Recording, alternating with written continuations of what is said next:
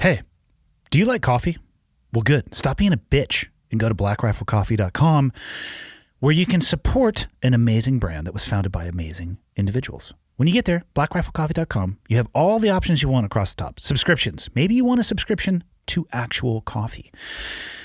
Maybe you want merch. Maybe you want stickers. I don't know what you want. Right next to that is coffee. Pick whatever kind of blend that you want. Everything from dark to light to decaf. Fucking hate yourself. Apparel, gear. It's got everything you could possibly want. Yeah, what can I say? I've been drinking Black Rifle coffee for a long time, but I've known the founders for actually even longer than I've been drinking their coffee, if I'm being totally honest. And that's what I like about the brand, is the people that created it and what they stand for and those that they support. So when you're ready for your coffee to not taste like shit, go over to blackriflecoffee.com and get you some. And that's it. My guest today is Kegan Gill. How do you describe this man? Well, he was a Navy fighter pilot, F-18 Super Hornet to be precise. Call sign Smurf, not a big deal. He explains that better than I can. And I was never an F-18 pilot, but let me tell you something. I don't think it's a good idea to eject at nearly the speed of sound. Kegan, on the other hand, tells me that I'm wrong, and he thinks that it's something that maybe everybody should experience. I'm just joking. He didn't actually say that, but he did eject near the speed of sound, and it basically almost ripped him into pieces, which was the beginning of his journey, and I struggle to even encapsulate not only that event, but what he had to live through and what he is still working his way through. So I will now shut my mouth and let Kegan do what he does best, which is describe who he is, where he comes from, and what he had to live through. Episode 229 with Kegan Gill. Enjoy. Okay, I got the red smoke. Gun run, north and south, west of the smoke, west of the smoke. Okay, copy, west of the smoke. I'm looking at danger close now. Come on with it, baby, give it to me, I need it. You're cleared hot. Copy, cleared hot. You know, says it's Montana's treasure. There's a good chance this isn't bottled in Montana. What? The marketing people would lie about things like that? Distributed out of Bozeman, Helena, and Butte. High in the Rocky Mountains of Montana. All right, I'm going to guess. I'm not going to guess. I'll give it to him. I'm going to say it's perhaps Montana water. I don't know. You let me know if it tastes any different than that. It tastes pretty crisp, so. Northern Michigan water. So with these mics, you want it probably about a fist away from your face. All right. And yeah, I'll remind you if you don't. When I read about what happened to you, it's a little shocking. I'm sure we'll get into it, but we'll just open with the teaser that you may or may not have ejected at the speed of sound out of an aircraft. Almost, yeah. Almost. I have so many questions. So many questions, like, why the fuck would you do that? But I'm assuming that we'll get to that. Yeah. Before, though, you were a naval aviator, right? Correct. Where did you grow up and what led you into the Navy? So I grew up, I lived in Colorado for a little bit. Well, technically I was born in Oklahoma, but I don't remember much of that. Moved to Colorado when I was pretty young, got a little taste of the mountains there, and then mostly grew up in northern Michigan. And growing up, the only thing I kind of came out of high school with much interest in doing really at the time was aviation. And there was a little flight school right at the community college, right in the town where I grew up, called Northwestern Michigan College. And they had a great little flight program that I highly recommend for anybody who wants to get into the world of aviation. Like, you can go spend hundreds of thousands of dollars going to some of the big universities, and I think you get probably great training. The Embry-Riddles of the world, if you will. Right. But I think those places focus on training you to be a first officer at an airline, which if that's what you want to do, great. It does seem like it's a direct pipeline to at least getting you into the cockpit of a commercial airline. Yeah. And so that wasn't really what I was interested in so much. And I was glad I went to NMC because their focus was more on putting you in situations to make your own decisions and teaching you to be a decision maker by sometimes going out in a little airplane and flying around, getting lost, screwing things up. Learning the way, at least I learned pretty well, is 152s and 182s. Yeah, Yeah. yeah. They were just little old steam gauges, nothing fancy. They are so much fun looking back. Yeah, I don't know if you know this. yeah. I actually used to fly as well. So I have just over 3,000 flight hours. Oh wow, yeah. I saw that you did some more like corporate flying. I did. I did some charter work. I had zero desire whatsoever to make my living and life revolve around an airport. So charter seemed like it'd be the way to go. Yeah, It's not always the way to go. It's the way to go for other people. If you want to miss holidays and vacations by taking other people on theirs, corporate aviation is for you. yeah. And I was a flight instructor in college, so I made better money waiting tables, but I wanted but to you get the banked flight hours. Yeah, and that was its own currency. And once I finished college, I got hired by a small business to fly their little corporate plane around, and that was pretty eye-opening to the world of corporate America. It was a privacy research and consulting firm called Poneman Institute, and I flew with the owner all over the country. A lot of time, most of it was single pilot, just getting to fly this brand new Mooney Acclaim around, which was really sweet. Those are sweet planes. Nice Bose headsets, felt like a little Ferrari, Garmin 1000 avionics, which was nice. And we flew around the country, and he went to a lot of tech companies. So we would go to all these big tech companies, and he would review their privacy policies, and got kind of a glimpse into the different corporate cultures and like the contrasting world of Yahoo vice Microsoft. Microsoft was very quiet cubicle, you could drop a pin in that place, and then you went into Yahoo and people are bouncing around on bouncy balls, and there's free snacks everywhere, and they'll make you a fresh plate of fettuccine Alfredo if that's what you want at the moment. And it was I feel like there has to be a balance between those two. I don't know if either one of those extremes is the right answer in the business world. yeah, and if I had to choose one, I would definitely go with the bouncy balls. But it was But what if you had to choose one as if you were the boss of the people working for you? The bouncy balls might become less attractive. for sure. So I did that for a little bit, and after a while, like you said, the world of being on call all the time, and that wasn't what I had dreamed of, and it was a good job, and I enjoyed it for the experience it was. But eventually, I started looking elsewhere, and my friend was going into OCS at for the Navy, and he wanted to be a pilot. And he told me about the program, and at first I was like, "You can go be a pilot in the Navy. You don't have to. Your dad doesn't have to be an admiral. You don't have to go to the Naval Academy." So I kind of asked him some more questions, and he started filling me in. I was like, "No, you don't have to do that at all." Was that the first time you'd looked at military service? I had always kind of had an interest in it. How many times have you watched Top Gun? Probably too many. Up until this point. I tell you what. Fine recruiting movie for the United States Navy. It works. I also had an incredible instructor at that NMC college called his name was Mike Stock. He was a Navy test pilot legend, so he kind of rubbed off on me a little bit with the whole Navy world, and it interests me because that was a pipeline to potentially being an astronaut. A lot of astronauts are former naval aviators.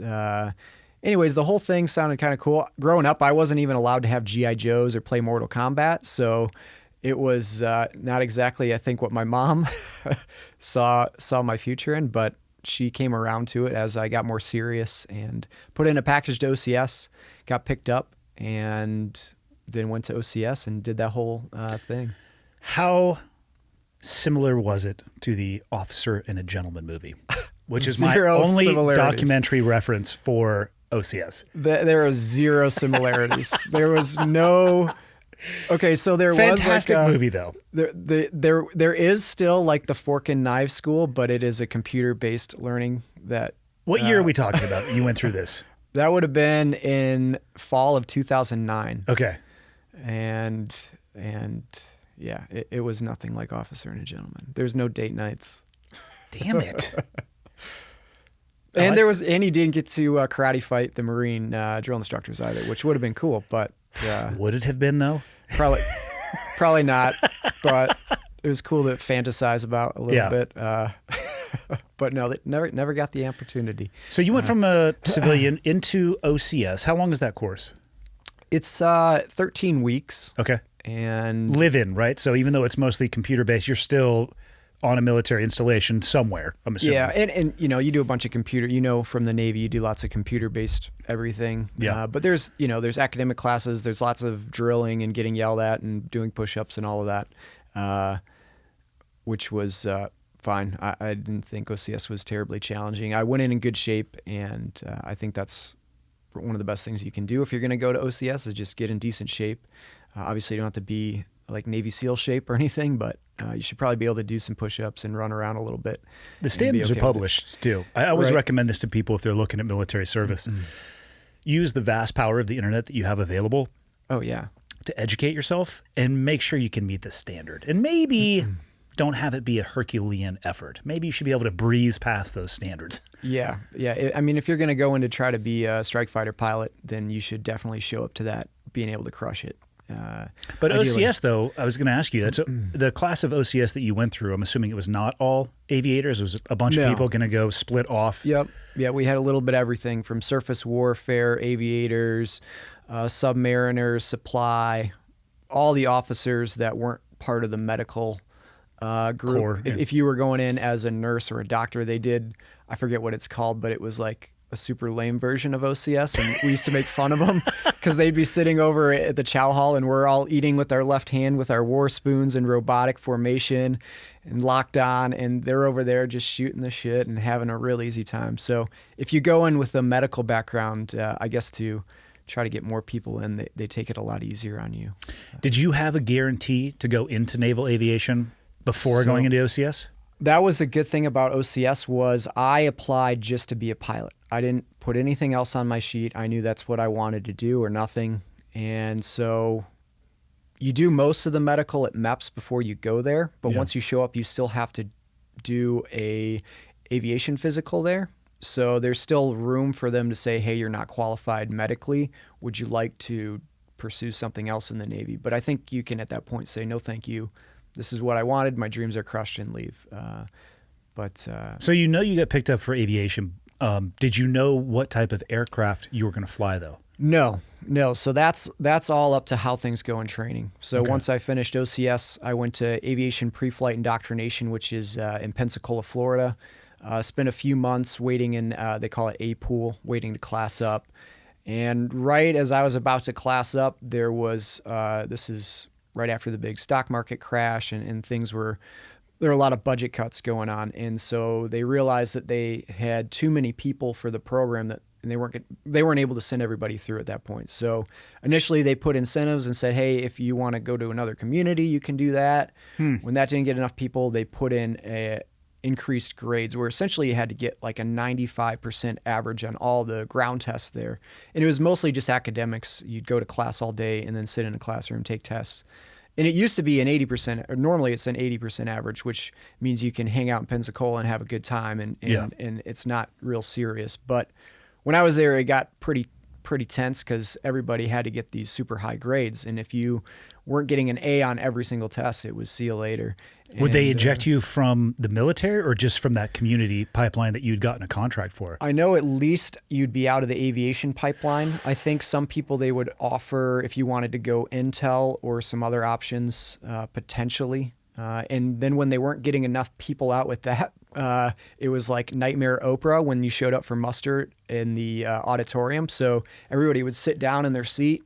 They came out on the auditorium to take muster and say, hey, look underneath your seats. And No way. And I can't remember what color the envelope was. It was like a pink envelope, basically. And if you had a pink envelope under your desk, it was, or under your chair, it was see you later. So that was going on kind of at the same time I was going through. That is so incredibly fucked up. Yeah. Yeah. So, but there were also a lot of people that went to the Naval Academy that kind of got like a free education and were able to just leave the Navy with no commitment. Oh, I hadn't thought about that. So there were so some they would people come that took there that up. after the Naval Academy. So that's where the OCS route and the Annapolis route would converge. Is it And that? ROTC. Yeah, everybody from those three. How many went, flight hours did you have at that point? So I had almost 1,300 flight hours when I went into the Navy. So It had to have been uncommon amongst your peer group? I wouldn't say completely unheard of, but I was definitely on the higher end Yeah. of people with flight experience going in. A lot of people had like their private or maybe their instrument. Which is a couple hundred hours if you're really dragging your feet. So I had more flight experience going in, which was definitely helpful initially in flight training, but I think it caused some more struggle later in flight school. So after I passed through API, went to primary flight training at VT-28 Rangers in Corpus Christi, Texas. And there I flew the mighty I'm blanking on the name, T-28 Charlie Turbo Mentor. T-34 Charlie Turbo Mentor. It's a pretty sporty little airplane. You know, these things are old, but they've got a big old turbine engine in the front of them. And so they can rip for a little airplane. And as far as somebody coming from a general aviation background, I mean, these things were awesome. Yeah. Probably acrobatic too. Oh, fully. Yeah. Yeah. So I got to go out and rip around in those things. And at this point, had you determined what aircraft, or had the Navy, I should say, determined what aircraft you were going to fly? So that's kind of, once you get to primary flight training, that's where you're competing to see what you're going to get into. You have to be in the top 50% of your class to select jets at all. And again, it's needs of the Navy. So you could be the rock star in your class, and that week at selection, the Navy can go, well, we don't have any jet spots right now. So congratulations, your dreams are crushed, which happens. And here's all a the time. C-130. So it's P3. The P3 Orion was around at that time, H-60s. And then, that's right. I forgot the rotary and fixed pipeline starts the same for the Navy. Yeah. And so, again, that flight training that I had, the flight experience I already had helped for that, definitely in primary. I could already fly a plane. I could already talk on the radio. Yeah. There was still a lot of learning to do everything the way the Navy wanted me to do it, which had its own challenges, I guess. But it definitely helped me for that initial part of the training. And what kind of stuff are you competing in with your classmates? I mean, how are they grading you when obviously you could judge landing accuracy, but as far as your flight skill, how are they racking and stacking the peers? It's very, everything you do in the aircraft and in your ground training is all graded. So as you know, they try to make it as objective as possible, and you know, they make all these very specific parameters for what qualifies as what. But really, at the end of the day, it comes down to what instructor you had, you know, what kind of mood are they in? Do they like you? There's a lot of subjectivity to the whole process, Well, I think back to when you get your private, or maybe it's your commercial, you have to do the turns around a point. Oh, yeah.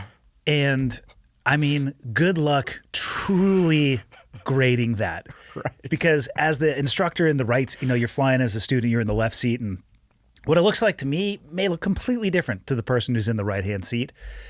And it's not like there's a rope out there with measurements on it tied to the aircraft, making sure that you're doing your turns around the point. I'm fascinated how they can, at the end of the day, because again, you could gauge where your main wheels touch down on the runway. Cool, or where you rotate it off, but other than that, once it gets into the air, I mean, whew. There's a lot of like, how many plus or minus feet were you of your altitude? How close were we within the airspeed you're supposed to be at? And they put you through a pretty rigorous test. Everything from how you do your pre-flight. There's a lot of briefing, so a lot of knowledge. You have to just memorize lots of stuff and regurgitate it well. So you can kind of get graded on your ability to speak. Your ability to brief, your ability to pre-flight, how you start the plane, how well you do your checklists. I mean, everything is under a microscope. So it's an examination from start to finish. Every single flight, everything is an exam. So what a lovely way to probably just tweak some people out. Yeah, it definitely does, and it's here's your dream. In every single flight, everything you do, it's kind of that could end your dream if you screw it up. So how long is that, the primary flight training? Primary flight training, I think, took me 8 months, 6 to 8 months, something like that. And that's a lot of grading and examination. Yeah, and so luckily it went well. I finished in the top half of my class, and I selected jets, and they happened to have a jet spot, so I got that. I think almost everybody in our class actually got what they wanted, assuming that they had the grades for what they wanted. And is there some type of ceremony or evolution where they kind of go down the list and say, hey, you finished 51st percentile, 51st? I can't remember if they had a public humiliation version of that or not, but it's very likely. But I can't remember exactly how they informed everybody. But, I think everybody kind of started talking about what they got very quickly within the class, and everybody kind of knew who got what. And, so you're going to get jets, but when do they even get more specific and say, hey, so this at this is your point, jet? all I knew I was going to get is tailhook aviation, which could have been jets. It could have been Hornets, Super Hornets, Prowlers, Growlers, or E2 or C2. So anything tailhook, I'm assuming anything that land on a carrier. Exactly. Okay. Anything that lands on a carrier with a tailhook. The helicopters land on the aircraft carrier, but not with a tailhook situation. So once I selected that, I went to the centrifuge trainer at NAS Lemoore, where they spin you around really fast. Great YouTube footage exists of those. Yeah. I highly recommend checking out people just blacking out. and then when they wake up from it, the whole, luckily I'm a short guy. I was pretty stocky build at that point. I was doing a lot of weight training and everything. So I was in good shape, and that helped me out a lot. Just being short, you have a shorter distance between your heart and your brain, which makes it that much easier for you to keep the blood in your head and keep you from graying or blacking out. Because you're not wearing a G-suit for that evolution, right? You do. You do wear a G-suit. I can't remember if they have it in gauge or not. Well, what's the purpose of putting everybody through that? Is it to make sure you could actually tolerate the G-forces required? Exactly. They need to make sure that you can handle the G-force before they put millions of dollars into training you in an aircraft that you might not be able to fly physically. How common is it that somebody makes it all the way through that, gets to that centrifuge trainer, and they discover that there's an issue? It's pretty common, actually. Really? Especially guys that are taller and leaner, or guys that just didn't really give two shits about exercising ever. Some of the guys in my class I saw were like the taller, skinnier guys that were having trouble. And there was, I think, one or two guys that failed in my class. But when that happens, you have the opportunity to go, and they have a whole training regimen that you can do, a whole weight training thing. And you can go, I don't remember how long they give you, but it's kind of like, hey, go get in shape and come back.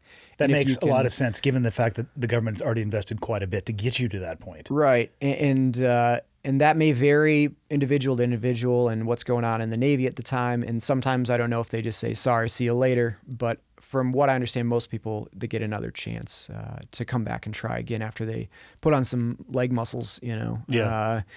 And that went well for me. I didn't have any issue whatsoever. And then I went to Kingsville, NAS Kingsville at VT-22. And I started training in the T-45 Charlie Goshawk, which we affectionately call the clown jet because it's painted in orange and white.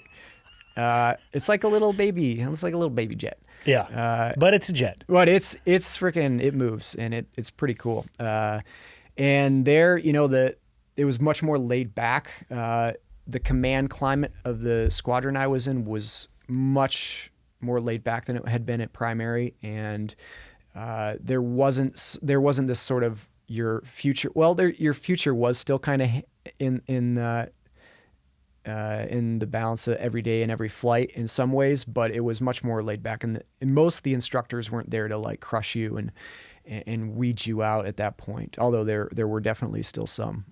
So it almost sounds like the intermediate step where you have this selection and refinement, and then there's a step where it becomes more about teaching, and then you eventually land at where you're going to be. You have to have that shift at some point. Even in the training pipeline I went through, at some point you have to realize we've thrown everything we can at these students. They're still here. We need to educate them because 6 months from now, they're actually going to be in the active community. And right. It actually behooves us to impart on them as much knowledge as possible. I completely agree. And while I had a more laid-back experience there, when I did get to the F-18 training reg after I graduated and selected Super Hornets, I went to VFA 106 in Virginia Beach, Virginia. And that more laid-back atmosphere all of a sudden had switched back to more intense than it was at primary. And it's largely based on the command climate, the instructors that are around. And anyways, it got really intense there. And they were... Was this at Oceana? Yeah, at Oceana. And there were definitely some instructors there that understood what you were just talking about, which is, hey, you guys made it this far. You're obviously not a shitbag. We're going to help you get through this, and we're going to teach you because guess what? In like probably a year or less, we're going to be in the same squadron potentially, and we're going to be flying together. And I think some of the instructors didn't quite grasp that at the time, and they were just kind of out to just be an asshole and crush you. And I don't know what it was when I went through at that time, but it seemed like it was particularly intense. And not all the instructors, but there's definitely this sort of mindset. There's a big thing about millennials at that point. Mm-hmm. One of the instructors had written a paper about how millennials are a bunch of entitled babies, and it was kind of comical because a majority of the instructors were millennials too, and I was older than some of the instructors, but that didn't seem to matter. They were all just walking around and, stupid millennials, doing that kind of thing. It's not like writing a white paper based on anecdotal information of only things you've seen through your own eyes. It just truly makes you an expert on an entire, generation of people. Yeah, painting with some broad strokes. For sure. And anyways, I made it through. Go back to the Clown Jets, though. How long was that at the Clown Jets, and what did you guys do on those flights? That was about a year. The first half is called intermediate. Yeah. So hold on. How long had you been in? I'm trying to figure out how long this total pipeline is. So to get to the Clown Jets, how long had you been in the Navy? It sounds like about a year. So approximately a year. Okay, and then it's a year there. About a year at T-45. Holy cow. Okay. So by the time you've winged, I was in the Navy for about 2 years, I want to say. So I winged in May of 2012, and I joined in November of 2009. Okay, so you were probably a JG at that point? Yep. Okay. Yep. And so what did you do in that year in that intermediate training?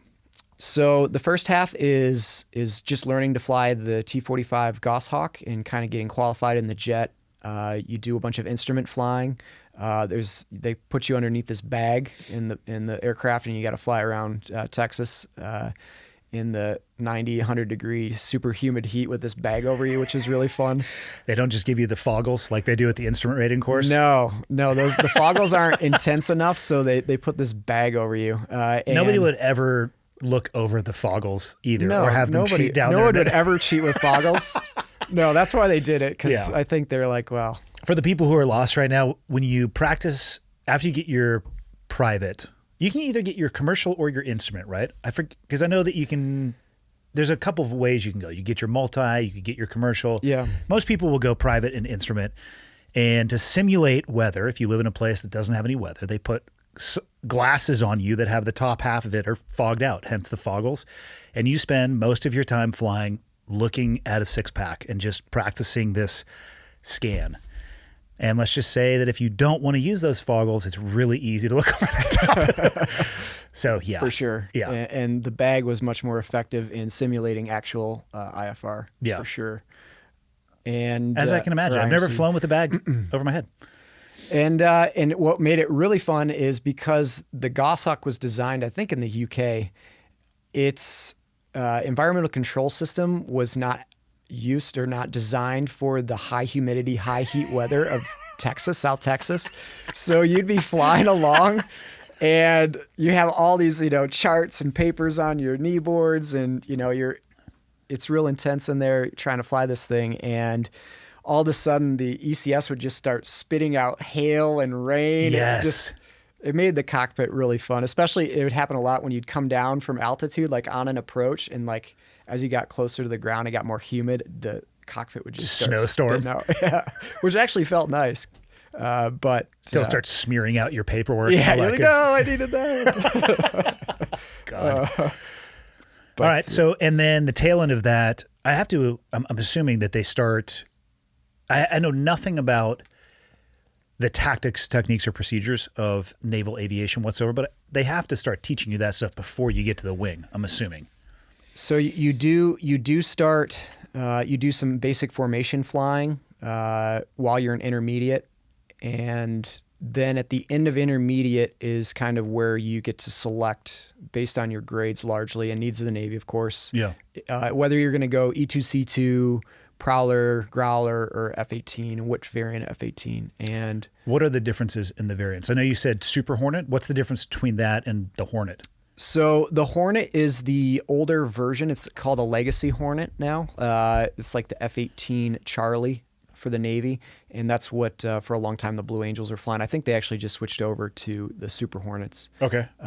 But so the Legacy Hornets, like this 1980s tech, basically, the Super Hornet was basically designed by the test pilot community back at a time when the government did not want to authorize any new aircraft being produced, and so they got clever, and so they basically built an entirely new aircraft, an entirely new airframe, but they made it look and act as close as possible as the Hornet, and they even called it an F-18. So the Super Hornet and the Hornet are actually two completely different aircraft. The Super Hornet is bigger, it can carry more fuel, more loadout. It's not quite as sporty as the Hornet, but it's it's still a fighter jet. It gets around okay. Yeah.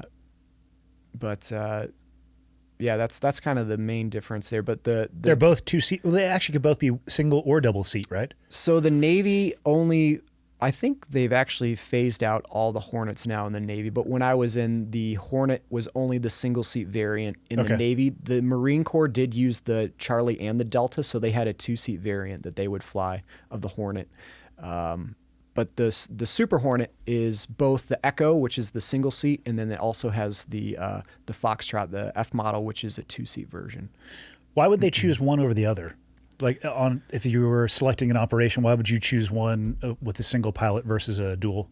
Because the person, what do they call it? The F. The Wizzo is what it's called in the Super Hornet. It's a weapons system officer. It used to be called like a Rio back in the day of the F-14 Tomcats, but now it's called a Wizzo. And there are basically, they can both do almost all the same exact missions.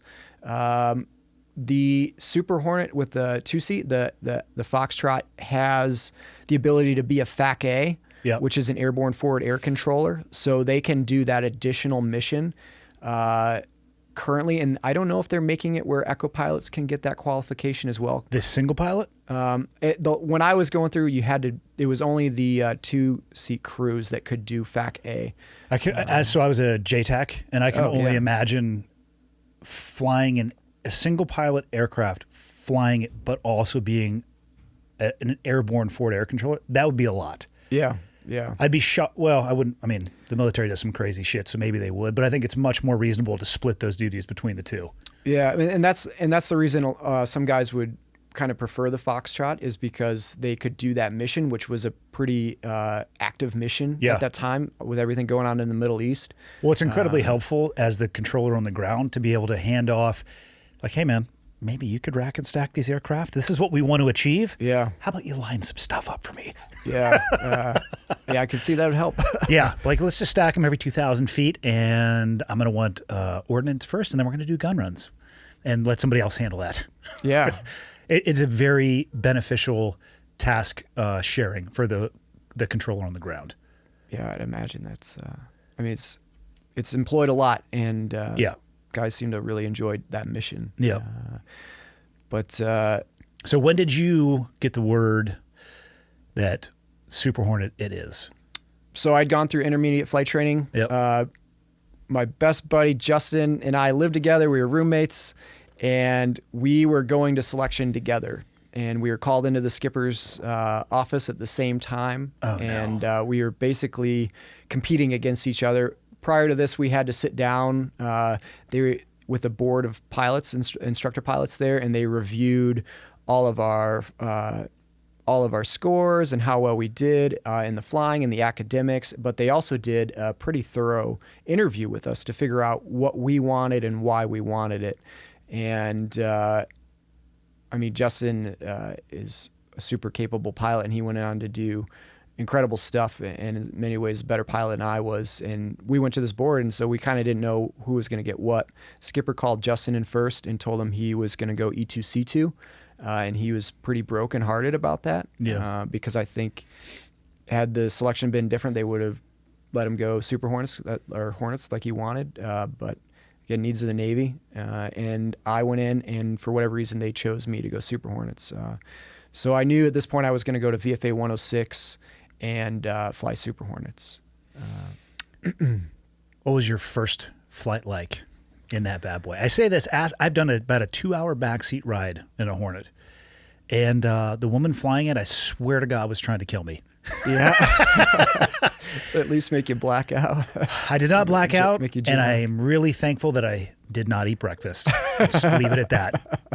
At some point, they were doing simulated bomb runs. It's because I was a JTAC, and you want to talk about a fantastic experience for somebody who is ground-based to go up in an aircraft with the people that you are talking to and get an idea of why can't you see the obvious White House that's right in front of me? Like, it's right there. Yeah. And then you go up to 20,000 feet and you go, oh, there's about 40,000 White Houses. This makes more sense now. And imagine if they're mud huts, you know? No, but it was amazing, and also to get an idea of the workload, let Right. alone the visual, the workload of all the stuff that has to have happen. But then at some point they started doing simulated bomb runs with surface-to-air missile launches afterwards. Oh yeah. So you did some. Oh my God. She's just like, we can knock this off whenever you want to. I'm just like, I'm good. Yeah, it gets pretty dynamic. Well, especially when you have no control. I'm just sitting there Yeah. I think it's got to be way worse because when you're controlling it, you can brace for it. But if you're in my the head back, was just bouncing around. you're like, oh. And you hear the Wizzos talk about that, how the pilot's just up there ripping around, Yeah. and they're in the back, just, oh, jeez, Yeah. I was trying to write something. You're riding the most nauseous bull, the most nausea-inducing rodeo bull that you've ever been on. And it was what was crazy about it is the G's were definitely at sometimes very, very high, but the suit would kick on, and I'd never had a suit on. It was crazy how it would work, how it would inflate and deflate. I would get nauseous about 10 seconds after they finished the maneuvers. It was like my body had to catch up, and then it said, hey, fuck you. Yeah. We don't like anything you just did. Yeah. Straight and level for a minute and look at the horizon. Oh, I don't know if I got, but it was. I would make it through the maneuvers and then just start feeling sick right afterwards. Yeah, it's really common, especially if you don't do it often. I think if you do it more often, it's like anything, your body gets used to it. Your body gets used to your G tolerance increases. Oh, I bet. Your all that stuff kind of goes away. And I've known pilots who were struggling with air sickness and they just kind of pushed through it and swallowed their puke a few times, but pushed on and persevered and kept flying, and it went away. The old O2 mask is not something you want to vomit in. No, and it happens. It has an ejection port, but let's just say it doesn't all eject. Oh, I've never done that, but I'd imagine that's pretty disgusting. Yeah, I've seen it done. I actually ripped mine off as I was dry heaving and then put it back on. I'm sure she was laughing at me up front because there was some mirrors and she could see. I was like, fuck, this is so bad. So how was your first flight? I'm assuming you were in a 2-seater and they have an instructor in the back. Yep. So you do ground school and then you do a handful of simulators. Not a bad idea. Yeah. But surprisingly very few. I think there's only 4 or 5 sims you do before you actually get in the jet. But there's a lot packed into each one. Yeah. Actually, no, it's more than 4 to 5 sims. You do a pretty robust syllabus on. Is it the full emergency movable sim procedures. as well? I think that level D or something like that. They're not movable. So they're static? They're static. There's kind of a pretty good projection all around you. Yeah. To make you feel like you're there, but there's none of the movement at all, which is good training when it comes to the instrument flying. Not being able to feel anything is kind of beneficial and a lot of the procedural stuff. But when it comes to things like trying to land on an aircraft carrier, not being able to feel is certainly it only gives you so much in your training. And I would imagine at that phase, for you guys being intro to that aircraft, a lot of it is manipulation of the systems as well too. That's going to be fantastic for that. That's the majority of it. The majority of it is emergency procedures. So you have all these bold-face items you have to memorize. You go to all these systems classes, and you really just get a in-depth knowledge of how everything works, what every button does, and then what to do and which steps based off of the NATOPS procedures of how to deal with an emergency. And they start you with basic single emergencies, and as it progresses, you're doing like complex multi-emergency The airplane situation. is You're falling apart as you're flying. apart. You're in IFR. The weather's bad. There's a headwind. Like, the airport gets closed down. The kind of stuff like that happens. So it gets ratcheted up real quick. So by the time you get in the jet, it's like a nice kind of relief. You're actually going to go fly an airplane again. I remember my first flight was with the instructor pilot. His name, call sign Squeezer.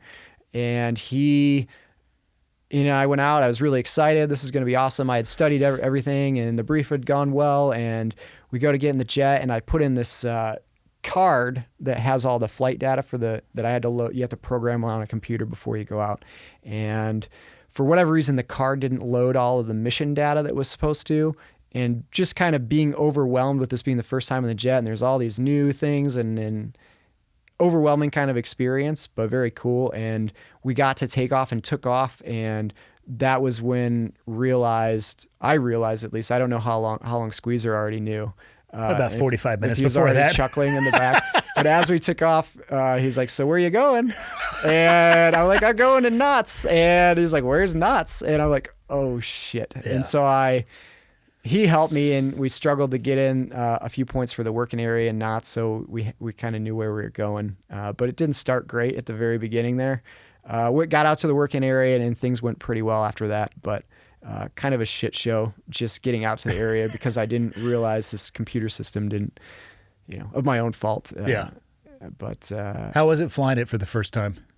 I mean, as far as like the actual getting to be a pilot in a Super Hornet is so surreal. I mean, just walking out to it and being like, I can't believe I'm gonna go fly a freaking F-18 right now. And they're pretty big when you walk up to them. Yeah. The ladder going up to them is like 8 feet off the ground, and it's this massive freaking super machine that you're about to get to go rage around in, which is so surreal. But at the same time, you've got all this pressure on you that kind of crushes the fun aspect a lot of the time because everything's being so graded and looked at under a microscope. But I mean, when you taxi out and you put that thing to full afterburner and take off the first time, man, what a sensation of just getting pushed back in your seat and just being like, holy shit, this thing has some serious power. And with those 2 turbofan engines on it, you got 44,000 pounds of thrust behind you in max AB. So that thing is just ripping. And the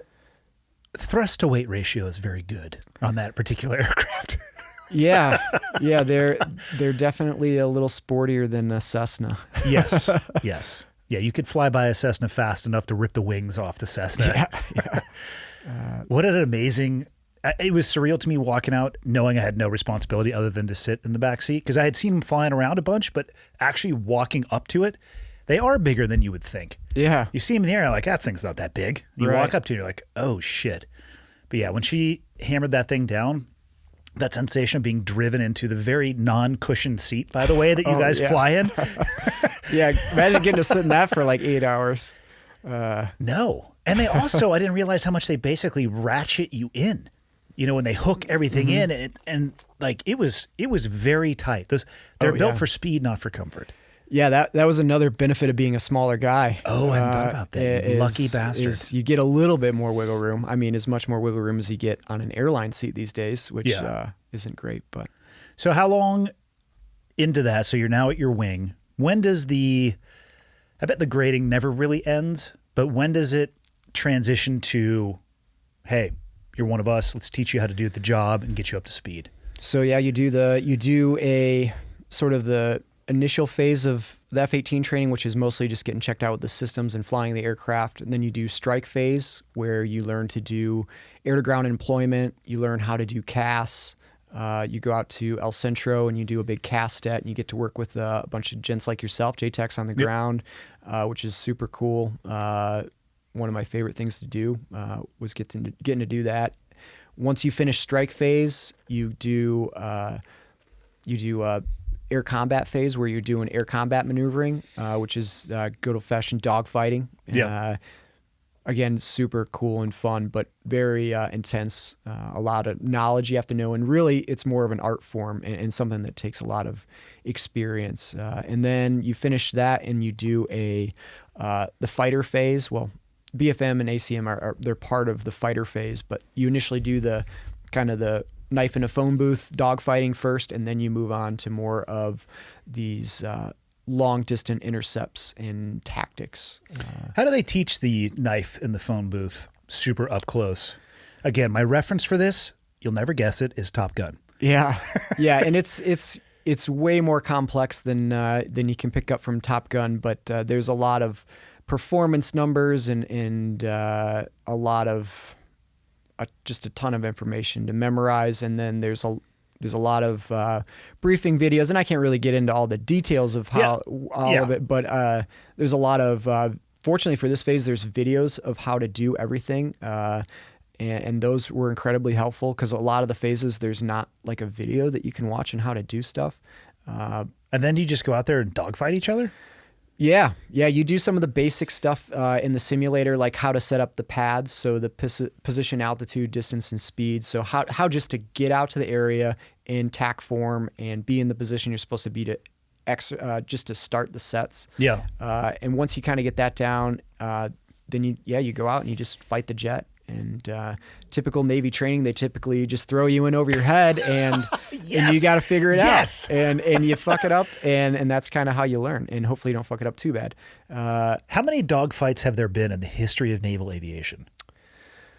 Do we actually have an enemy that we would likely encounter that with? Yeah, I mean, going back in history far enough, if you go back to World War II... it was all over the place. It was massive amounts of it. What about modern era?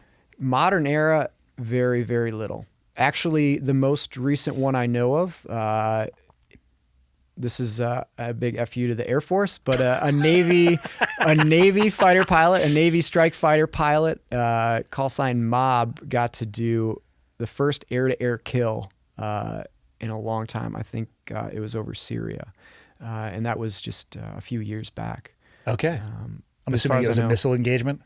It was, yeah. It was air-to-air missile engagement. I think it met the ROE. This aircraft was a MiG that was attacking guys on the ground that were Allied forces, and they engaged them with an air-to-air missile, and that was that. Does that Navy pilot get to wear a scarf after that? Because I feel like at all times you should have a fucking flowing silk scarf. I don't think Mob would want to wear a scarf, but he certainly wears a well-deserved air of confidence, and it's pretty incredible to be the guy that got to do that, especially with how infrequent that is now. Well, and that's why I asked. I mean, in Afghanistan and in Iraq, there was no viable threat, air-to-air threat, I should say. I'm sure there was a ground-air threat, whether it be through surface-to-air missile or ground fire, depending on how low. But you dedicate that much time to your ability to dogfight, and then you look up in the real world, it's like, damn, there's not a whole lot of places to actually do this. Yeah, and then I'd imagine it's kind of the way you guys train in the SEALs, in that you have to practice a broad array of tactics and capabilities, and maybe some of them you don't use or maybe never use, but you still... The legacy tasks, if you will. You're still, you still got to train to it, and that's they call the Hornet and Super Hornet guys, we're the jack of all trades, master of none. So we have to know this huge array from surface or air to ground stuff, CAS, maritime employment, electronic attack stuff, the air-to-air stuff with dogfighting, and then a variety of different air-to-air tactics, which is where it gets extremely complex and time-consuming, and really takes a lot of training and practice. Is once you get into the tactical side of engaging multiple aircraft at long range, and all the stuff that goes into that, which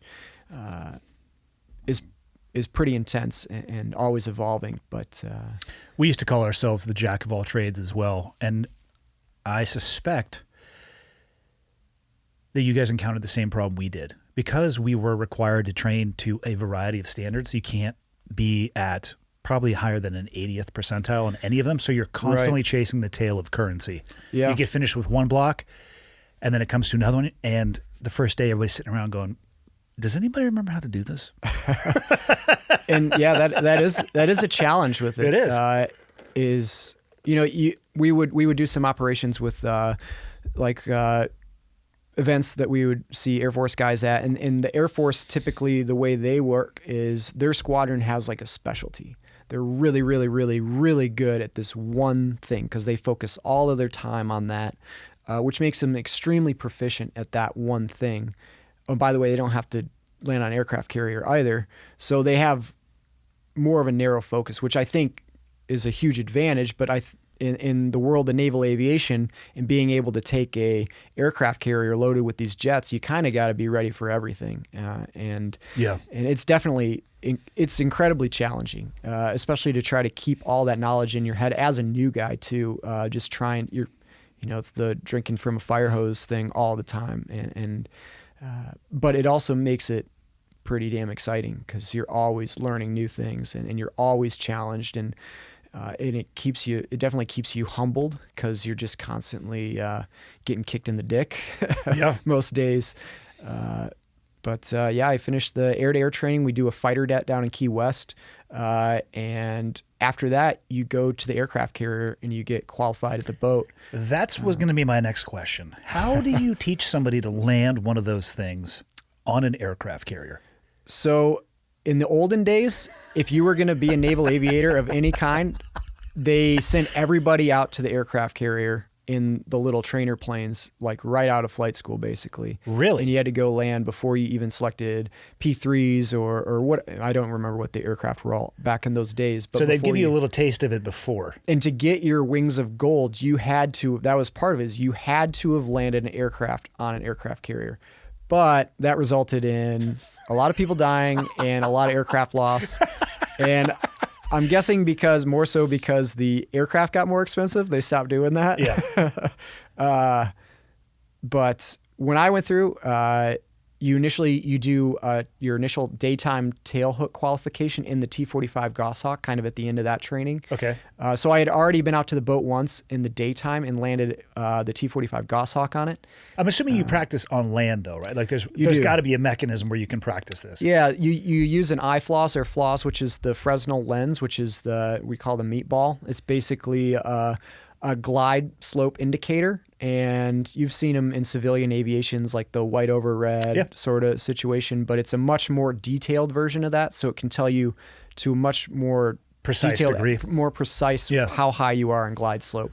And so you really want to fly that nice, perfect, roughly like a 3-degree glide slope down. And on the field at the Navy bases, you'll see on the tarmac at the beginning of the field, there's an aircraft carrier, basically a line of it painted on the actual runway. Visual reference, you can just practice hitting that perfect and they spot. have the lens set up right next to it. So you go out and you do every flight from the first time you fly in the F-18 in the sim or anywhere, you always come back and you do a pass.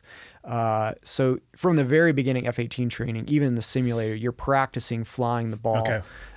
That way, when you get to the tailhook phase or to the CQ phase, you've done a lot of landings, at least at the field. So it's not something new. And then you spend a pretty intense, it's like a good month of doing nothing but all day, every day and night. You're going out and you're flying the ball and you're flying passes, and you don't have, it's kind of a more laid back phase. There's still certainly like a high standard, especially in the simulators. They really test you hard with the emergency procedures around the boat. But it's a little more laid back. They don't want there to be this additional, it's already hard enough. And you've already made it through all that training at this point too. So in some ways it's a nice little breath of fresh air, but at the same time it's also about to be the most intense thing you've ever done in an airplane. Yeah, I was going to say, all of that stuff that you just said sounds great. But how is it that first time you're in an F-18 looking down at a fucking postage stamp? So, yeah, the daytime, I found the daytime passes were still kind of fun. It's definitely challenging, and it gets your heart rate up as you fly over the boat and be like, I can't believe I'm about to land on that little thing. Yeah. What's the usable length of the boat? I think it's around 200 feet, if that. And you're aiming for just cables. A few cables, and to kind of simplify it, you're basically trying to fly your head through a 1 foot by 1 foot box in order for your tail hook to touch down at the proper point and catch the target wire. So it's an extremely small window. Yeah. And now this boat's moving around in the ocean. You've got a surface warfare officer that hasn't slept in like 3 weeks driving the boat that doesn't like you because you're a pilot and he's not sometimes. So there's like all these things that ratchet up the intensity of how difficult that is. And then daytime went fine. And then going into the nighttime was pretty intense. I'm out in the middle of the ocean on an aircraft carrier that's moving around, and you walk out on the deck about to go fly in the night. The first time you're not with an instructor, you're all by yourself in this jet. And as you walk out onto the deck of the aircraft carrier in the dark, you can hold your hand up in front of your face and you cannot see it. It's just that dark out. There's no ambient light out in the middle of the ocean. At that night it was an overcast layer, so you could not see anything. And you can hear all these aircraft spinning. You can smell the aviation, the jet fuel, and you're just trying to get to your aircraft without getting killed. So even just walking on the aircraft carrier deck at night is pretty nerve-wracking. And power to the enlisted guys that are out there freaking running around these propellers and all the complex stuff they have to do in their coordinated, choreographed ballet that they're essentially doing. And if they screw up their dance move, they get freaking decapitated or blasted off the deck. Yeah. So it's a pretty hostile environment. Even without any gunfire. So I walk out to the jet, I climb in, and I start doing my checklists, getting the jet ready. And where I'm sitting is right next to the tower, and which is like the big tower on the deck of the aircraft carrier. And the jet next to me is turning, and its fumes are going into my cockpit. Oh. So I'm about to go fly in the dark for the first time, and now I'm just sucking down all these fumes. I try putting on my mask and turning on the O-bogs and getting air, and it's not working. I'm trying to blast it in my eyes to keep my eyes, but my eyes are just tearing and just pain. It feels like I got maced, and now I've probably got some level of carbon monoxide poisoning. 100% chance of that. Anyways, kind of push through it, shake it off. I get directed out to the catapult, which you cannot really see anything past the little tiny dot lights that are on this thing. Give them the signal that everything's good to go. Run the jet up. This thing is just blasting, and you're just staring out into the pitch black, about to get launched.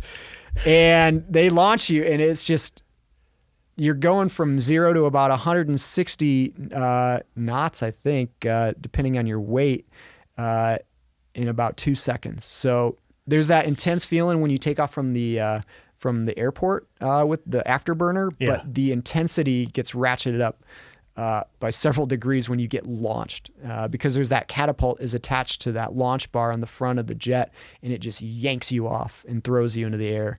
And it's super intense and awesome. And it pushes you back in your seat so hard you cannot breathe. But as soon as you're airborne, you grab the controls and you start flying. And that's right. You don't have your hand on the controls when you're being not initially. Yeah, because you could yank back and pull your throttle back, or that'd be fun. You don't want to do that. But airborne, and as I had launched, the little light that is in the cockpit, which is a little light kind of over, if you were to reach up above your right side, is kind of shining down on your kneeboard with all the information of what you're going to do, and a little notepad so you can do all the math for your marshal instructions and write things down. And that little light, as I launched, just flipped around and broke. So now I'm in the dark. Luckily, I had a little finger light. Yeah. But using the finger light is much more difficult, because you have to move your hand off the stick or the throttle, and then you got to look on your leg. So they're already giving me instructions for marshal, which means I've got to figure out where I'm going, where is this point in the sky based off of a TACAN, what altitude am I at, and then the tricky part is you got to get up there, and then you've got to hit this point like within a few seconds, and then start your descent back in. And if you're off by even just a few seconds, it screws up this whole conga line of other aircraft that are trying to land. So, because the whole purpose of the flight, I'm assuming, was for you to practice the nighttime landing. Yep. And this is CQ, so it's a little more room for error than it would be if you're doing cyclic ops, like on deployment. But still, for the first time being out there, there's a lot going on. And so you get up to this marshal point. You got the specific time you got to hit, which I managed to get up there, and I probably sound like an idiot on the radio because I've got all this shit going on in my cockpit. I got probably carbon monoxide poisoning. My eyes are still watering. My light just freaking died, and now I got to come down this whole procedure and land on the aircraft carrier. And just the procedure, getting out there and getting down through marshal, is very procedural. You're flying these TACAN radials and these DME cuts. You're turning the jet very specifically, and you have to fly this very precise pattern through the sky, and you're configuring the aircraft at these exact moments. And then it all leads up to you're about 15 seconds out from landing on this aircraft carrier, and you might not even be able to see it yet. And that's when hopefully you can see that little amber ball, and you roger the ball, and you fly your pass. In my first pass, everything felt good coming down, and then within the last like 2 seconds, maybe, I just moved the throttle maybe a millimeter too much forward, because it was kind of the mindset is you don't want to go low. Because when you go low, that's when you can crash into the back of the aircraft carrier. You don't want to go too high, because you can also fly past the aircraft carrier and crash as well. Or in my case, I just missed the wires, and I touched down on the aircraft carrier for just a second, went to full throttle, and took back off again. So I boltered. Do you have to go through that whole sequence again if you do that? No. Fortunately, once you're in the pattern, you can stay in the pattern in this case. So I went back around, tried a few more times, and the same thing kept happening. I was just a tiny bit too much power right at the very end, and I was just missing the wires. So you only get so many times and you're out of gas. And so the night was not going how I wanted, and now I had to do a bingo profile back to Oceana in the dark, and all by myself, flying back kind of the walk of shame back to base. That sucks. And so I DQ'd my first time for carrier qualifications, which is not terribly uncommon. It happens. But luckily, went back through retraining, got to go back out and do it again, and I qualified my second time. And after that was when I completed the FRS, and I got to go to my squadron. And I was selected to go to VFA 143, the Pukin Dogs. They're based out of NAS Oceana with KEG 7. And the squadron I was joining was just coming back from 2 back-to-back deployments. So those dudes were definitely happy to be back. And my first, me and my buddy Nick joined the squadron at the same time.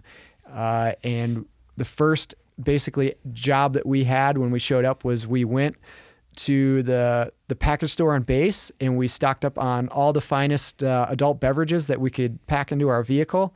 And we went back to the squadron, and we just packed the fridge full of just this beautiful array of adult beverages. And so that was kind of our first gesture of gratitude to be in that squadron. But you were there. You're like, ominous dominus, everything is good. You're a F-18 Super Hornet pilot, ready to get some. And then you just realize that you don't know anything yet. I'm glad your community is exactly the same as the one I came from. Now you're the fucking new guy. Or in the Pukin Dogs, you get called Poop, because poop is the most worthless part of the dog. Fair. So got to be Poop for a while, and fortunately I didn't. I kind of played it small mouth, big ears, stayed under the radar as best I could. I didn't really fuck anything big up. Certainly made mistakes, and as expected, but nothing terrible. And now we're at that fateful day, January 15th, 2014. Well, how often are you getting to fly once you're at a squadron?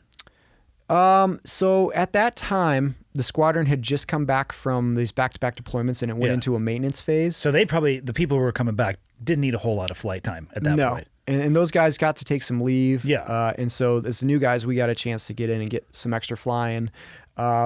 Because of the political situation at that point, there was I forget what it's called, a continuing resolution with the budget that was mixed in there. And so when that happened, there was a massive cut of flight hours and flight operations down to what they call the tactical hard deck. So you're only getting, I think it's like 15 hours a month of flying. So if you went on, say, a normal week, like a Monday through Friday, 15 hours, are you flying one day per week?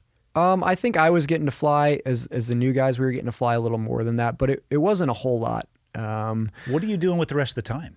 So as a pilot in the Navy, you might think that your primary job is to fly fighter jets and focus on that, but the truth is you have like 3 regular ground jobs that you do the majority of your day. So whether that be you're working in operations, making the flight schedule, whether you're working in the maintenance department, working with a bunch of young maintenance guys and doing all that stuff. My case as a newer guy, you either get to go be skeds or you get to go be the coffee mess officer / PAO.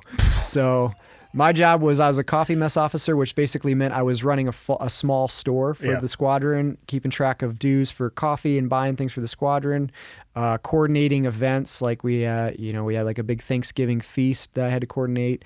So basically stuff you see in Top Gun.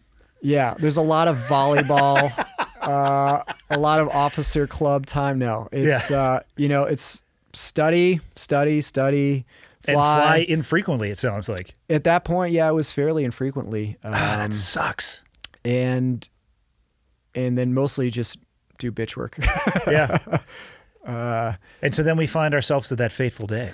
Yeah, so at this point, I'd been in the squadron for about 8 months. I had played it pretty well. I didn't do anything too terribly stupid. And at this point, there was several newer guys than me in the squadron, so that kind of spotlight had gone off of me. And I was getting ready for that flight, and one of the senior JOs, Basil, came up and he's like, "Hey man, you haven't really fucked anything up that bad yet. We don't have any good call signs." And there was a big whiteboard in the squadron that had all the new guys up there that didn't have call signs yet. And most of the other guys had like this freaking laundry list of names. And I had like 3 or 4 just really lame ones that someone put up there just to put something. So Basil kind of jinxed me going in. And then my buddy Tommy Fisty, he was sitting SDO that day, so he was running the duty desk, answering phones and the radio, and coordinating the flight schedule.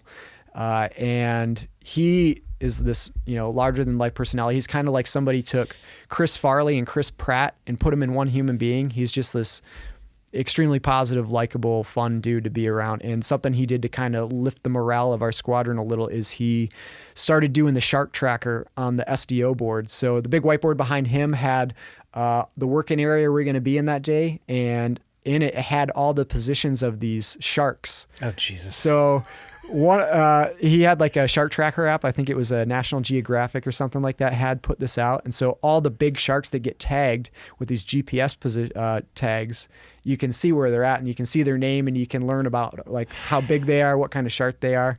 And so no shit, right underneath the working area I was going to be in was Mary Lee. And Mary Lee is a 16-foot multi-ton, I think 4,000 or 6,000 pound white shark. And she was no shit right underneath where I was going to be flying that day. And so I think Tom said something to the effect of, "Hey, it'd be a bad day to eject today, man. Oh, Mary God. Lee's right underneath your area." So that's going into the flight. The initial mission for that day was we were just going to go up and check an ARS refueling pod that had just come out of maintenance. So it's basically a big fuel pod that goes on the bottom of another F-18, and a little basket comes out of it airborne, and you can put out a fuel probe on the nose of the jet and fly up and get fuel from it. Oh, an F-18 to F-18 transfer? Yeah, it's called organic air-to-air refueling. Vice off of like a KC-135 huge plane. or some of those, or C-130s. But it was cool. I was going to go do that. And then afterwards, our plan was to go out and do some air combat maneuvering with whatever gas we had left in time. So my flight lead was the skipper. I was in my jet, and then Hipster, another JO, was going to fly the ARS jet. And we went out to the working area. I had just gotten qualled with my Jehemix helmet, which is this big space helmet, basically. Everywhere you look, it brings your displays, so you can train your FLIR or your air-to-ground weapons on the ground, which is extremely useful. And in air-to-air engagements, you can train your weapon systems and your radar and things like AIM-9s. So basically, wherever you look, you can train your weapon systems. Very Saves cool. you from having to do it digitally? Meaning using the finger manipulation, slaving things left or right or up and down? You still use a lot of the same HOTAS on your throttle and on your control stick, but it gives you an additional ability to kind of look around and cue everything via your helmet. That's cool. So yeah, it's kind of this thing where you can kind of look over your shoulder almost and engage things.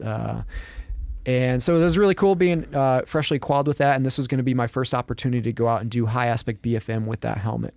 And just like any new piece of gear, especially one that complex, it can take a couple extra bits of your brain cells away, focusing on that, and maybe takes a few more seconds to do things, and gets you a little bit out of your habit patterns. And that's kind of where I was at with it. I knew all sorts of things about it. I could talk about it all day. I took all the tests. I passed all this stuff. But to really get proficient at anything, you just got to go out and practice with it. And that's what we were doing. The air-to-air refueling went well. And the skipper and I head off to a part of the working area to go practice air combat maneuvering. And so we set up and we did several rounds of this dogfighting, and it basically went as expected. The skipper kicked my ass on every single set, but it's like getting in the ring with Mike Tyson and learning how to fight, and that's just how the Navy does it, as you well know. So yeah, I got to practice. I don't remember how many sets we did in total, but maybe 4 or 5 sets of this. And we both had hit Joker fuel, so we were almost out of gas. We set our bingo bugs down to bingo fuel to let us know when we had to head back to base before we ran out of gas. And so we had just enough time and airspace to do one more set. We set up for the set at about 12,500 feet. So we're over 2 nautical miles above the earth at this point. The ground wasn't a huge concern to me at that moment. Kind of focused on the stehemics and all the other things I'm thinking about. And we pitch in, he calls the fights on, we pitch in, and I come to the merge, and I'm looking outside, I'm trying to use this helmet and, kind of fumbling around just for a second with the HOTAS. And in that few seconds, I didn't realize the airspeed I had gotten up to, which was way above what you want to be at when you go nose low with the jet, especially at that altitude. So I was already about 30 degrees nose low at the merge and inverted, so I just continued that pull and basically did a split S. So that I am actually familiar with. That's where you flip over and come back around doing a 180. Yeah, and so I was diving at the ocean, and what was your airspeed? I can't remember at the merge, but I think at the merge I was at almost 500 knots, if not above 500 knots. Slightly faster than this maneuver, like a 182. Yeah, yeah. So approaching the speed of sound, and as I maneuvered nose low, I was pulling a nice crisp 7.5 G pull. That stick is all the way back in my lap. I can feel, with the weight of the helmet and my head, you can feel all that as you go up in G. So say for rough math, you're at 8 Gs. Yeah. Say your head and your helmet weigh 20 pounds total. Now you have 160 pounds or so on your shoulders. And so when you're looking around, you can feel all that weight working on your neck. And so I could feel all that in my body, and I could feel it in my neck. And as I hit about bullseye nose low, and now I'm kind of looking outside trying to get sight of my skipper before we come to another merge, and trying to maybe get a shot off if possible. All of a sudden, I just feel the jet settle. So it's like going around a sharp corner in a sports car and then having the steering wheel kick back halfway, essentially. And so now you go from this nice crisp turn to kind of careening off the road and crashing. So that's basically what happened in the vertical. Again, this is my fault. I initiated this maneuver faster than I should have, and then it was exacerbated by this G-limit system that's put in there to protect the aircraft from overstressing. But basically, as I hit bullseye nose low, and again, this is all happening in just a few seconds. Yeah. And I have the stick in my lap, but the jet's not doing what I want it to do. Now the ground is rushing up at me. I put the throttle to idle. I put out the speed brake. Had I thought in that few seconds I had to hit, there's a paddle switch, so I could have overridden that system and maybe pulled it out at the last second, but I didn't think of that. At the time, I didn't fully grasp why the jet wasn't turning. It just felt to me like you're just staring at the earth, rushing up at you. And so yeah, at 51 degrees nose low, so a pretty steep dive, 604 knots indicated airspeed at about 2,000 feet above the ocean. I reached down and I pulled that black and yellow handle between my legs and braced for impact. And a normal ejection is pretty violent. People, they have their spines compressed and can get injured just from if you're straight and level under 200 knots in kind of this ideal ejection scenario. Well, this obviously was well outside the ejection envelope, but it was the last chance I had to survive, and I pulled that. And as I came out, and I hit that 695 mile per hour shockwave with my body all at once. Not only do I have a 50 G instantaneous rocket blasting up my ass. 50 G? It's instantaneous is about 50 Gs. So it's extremely powerful, and you obviously can't sustain that for more than just a split second or it'd kill you. But that's the force that you're initially getting rocketed out of the aircraft with. And as I hit that force, I mean, it was like getting hit by an explosion. And I ran into the sound barrier with my body. At this point, I'm at 0.95 indicated Mach Holy at 2,000 feet. And so it was just 2 seconds before the jet impacted the water and basically vaporized into nothing. I think the biggest pieces they were finding of the jet afterward were maybe the size of like an envelope. And my body hitting that, my helmet, that Jehemix helmet, ripped off my head from the force of it. I got a severe traumatic brain injury as my head smashed. I broke my neck. I broke my left scapula. I broke both my upper arms, the humerus. My right humerus tore through my brachial artery. And then my left radius and ulna just shattered in my left forearm. My legs, talking to people, they think the reason it happens, my legs are flailing around while I'm like a rag doll, you know. My legs were flailing around so violently with steel-toed boots on it that they basically, the steel-toed boots were like maces smashing my shins. And so my tib fibs and both my lower legs were these big open fractures. I lost chunks of the bone of my tibia out that went down for snacks for Mary Lee. And so, yeah, I was jacked up. I had brachial plexus injury, multiple severed nerves, not in a good situation. And I almost feel like you'd be better off describing what parts of you were not destroyed. It might be a short like my list. spleen was kind of okay. My heart was still working. Everything else was fucked. Yeah. And so, I mean, if you can imagine just sticking your arm out a car window going like 70 on the highway, in that force that you feel on your arm, well, that parasitic drag that's acting on your body at 70 miles per hour is exponentially stronger at 700 miles per hour. So it's 100 times that force. And you know, that's a pretty good force. If you try to hold your hand still out the window at 70, it's pretty good. So that's that blast that hit me. Well, I've jumped out of airplanes a bunch. And yeah. You know, going on the back of a C-5 that maybe could slow down, or a C-141 in the older days where it could maybe slow down to 150. You know, you have that dead air from the ramp and you can kind of run to the end and turn and present, and it hits you pretty good. Multiply that by 4x. Holy shit. Yeah, it was extreme. And how much of it do you remember?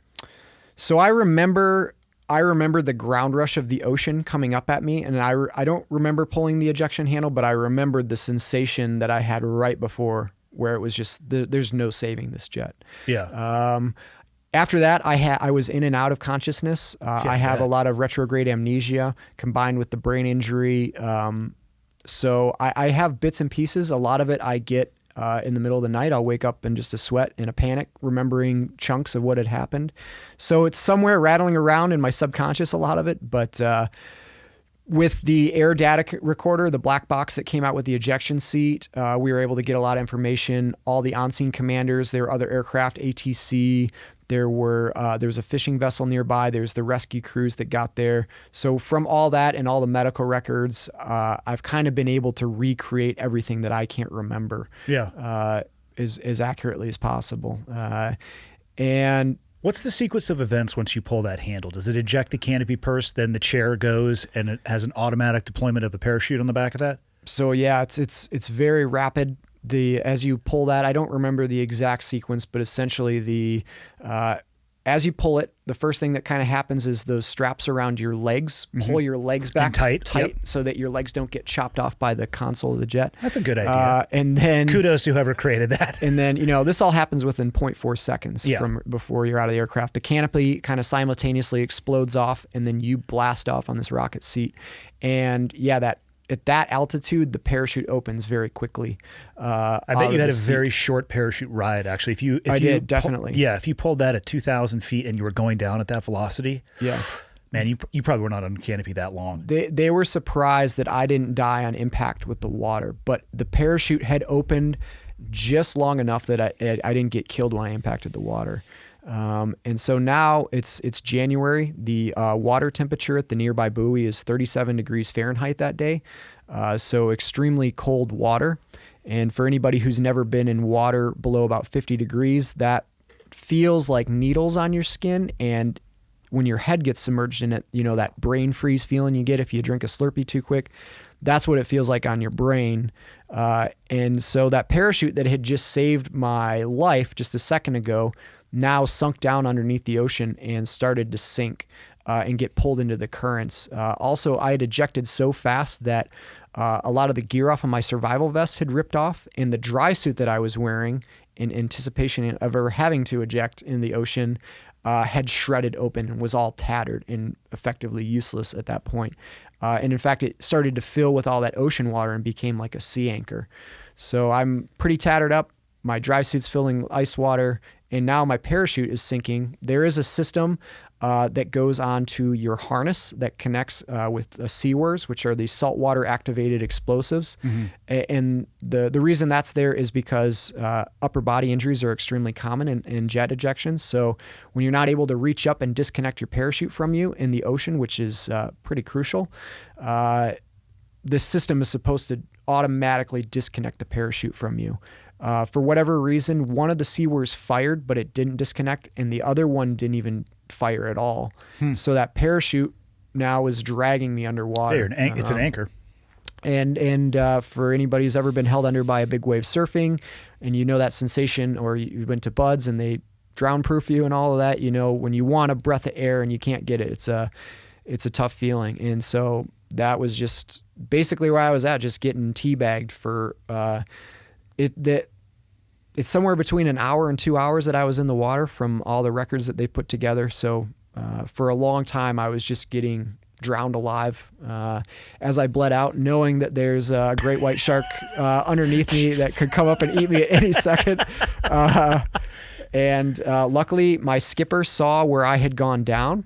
He could see my little dark head, and I think he could kind of see the what was left of the fuel that was on the surface kind of created like a little oil slick look on the surface, and he was able to drop a mark, and in what little fuel he had left, he coordinated with other aircraft and ATC as the on-scene commander, and he spotted a fishing vessel that was maybe a mile from my position, and he tried getting them on maritime guard, and they weren't answering initially, so he got really fast and really low, and he blasted over the bow of their boat.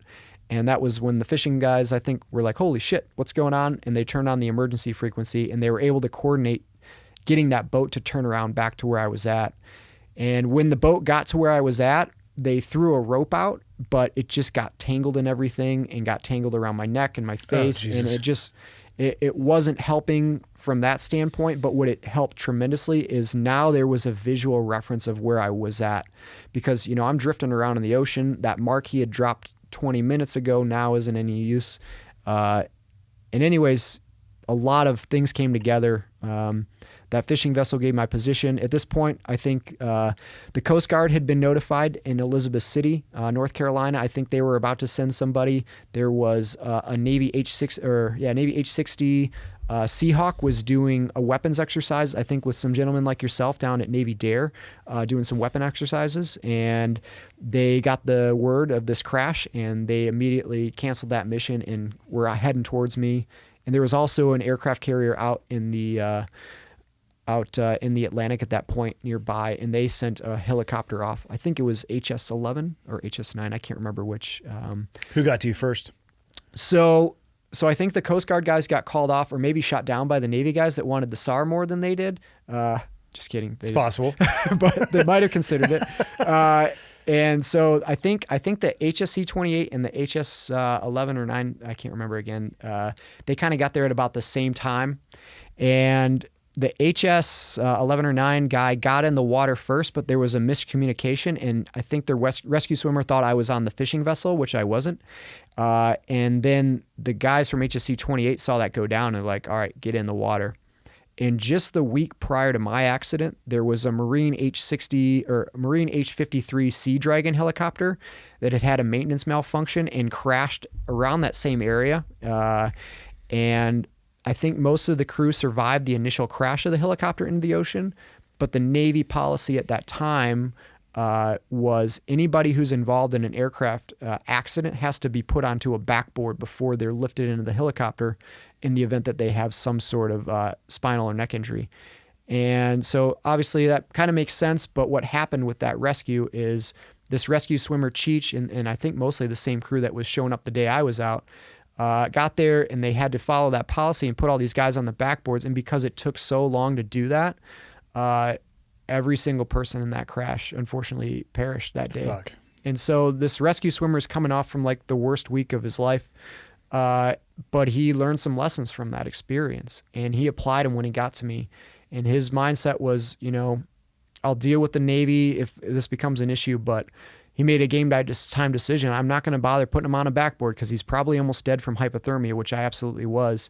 And so he just jumped in. He hooked onto the D-ring on my harness and pulled me up into the helicopter. And they got me in there, and I don't think they fully realized how messed up I was until they lifted up my left arm, and my forearm flopped in half, kind of right in the middle. So like, oh, this guy's jacked. But kind of another freak twist of this whole thing is, while I almost died from hypothermia, when they got me to the hospital at Norfolk General, level 1 trauma center, they took my core body temperature. My core body temperature was 87 degrees Fahrenheit.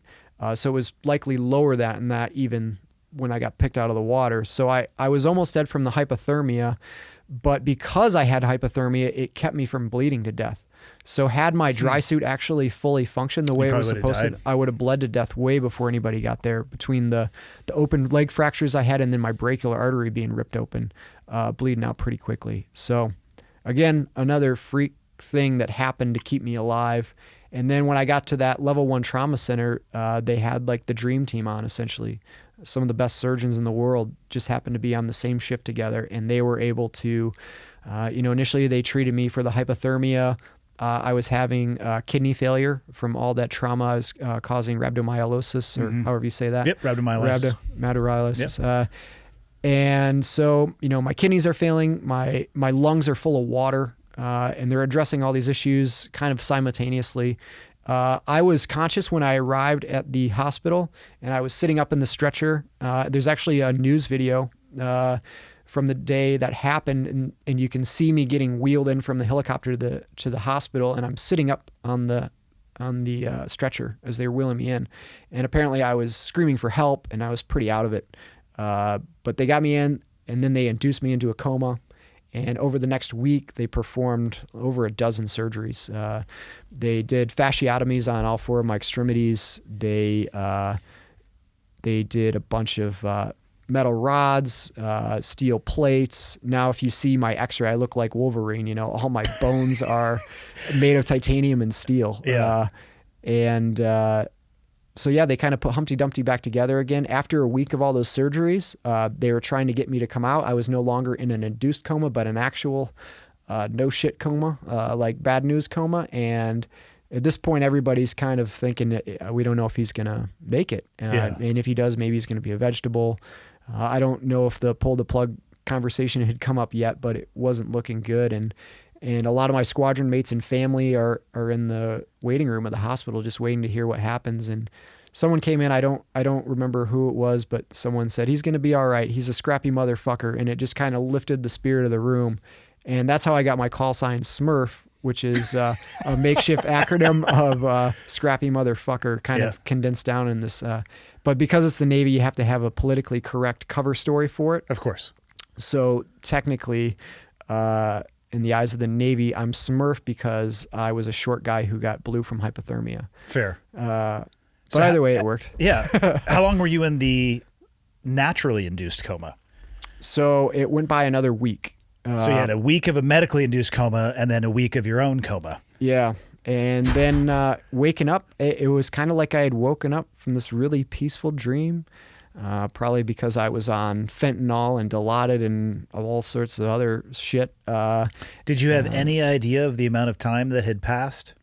No, I didn't even know I was in the hospital. Even though I was sitting in a hospital room, one of the first things I remember thinking is, I think this blanket that is on me is made of lead and is tied down because I cannot move.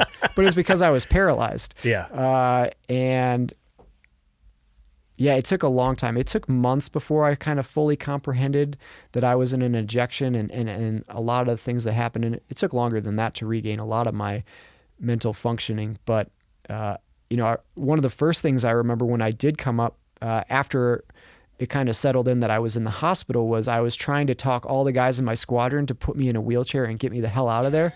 I was like, I'm planning a dining out event right now. I got to get back to the squadron. I got like emails and I got to study. And they're like, listen, dude, you're going to be here for a minute. Yeah. And by that, we mean a really long time. Yeah.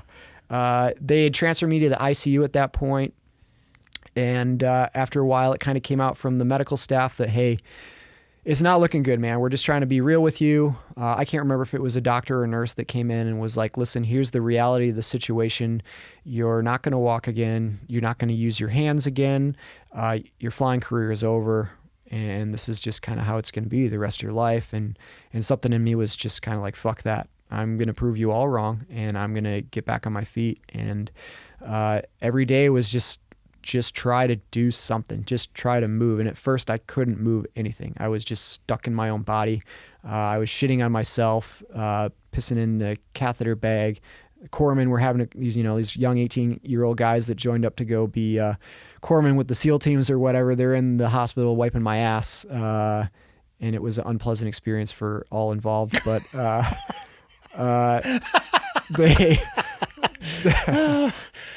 they don't put that on the recruiting poster. No, they should. Well, yeah, the real Navy. Yeah. And so how long were you in the hospital? So I was in the ICU for about 2 weeks before I was moved down to Richmond, Virginia's Polytrauma Center at the VA hospital there. And that's where I was put into this sort of intense rehabilitation program.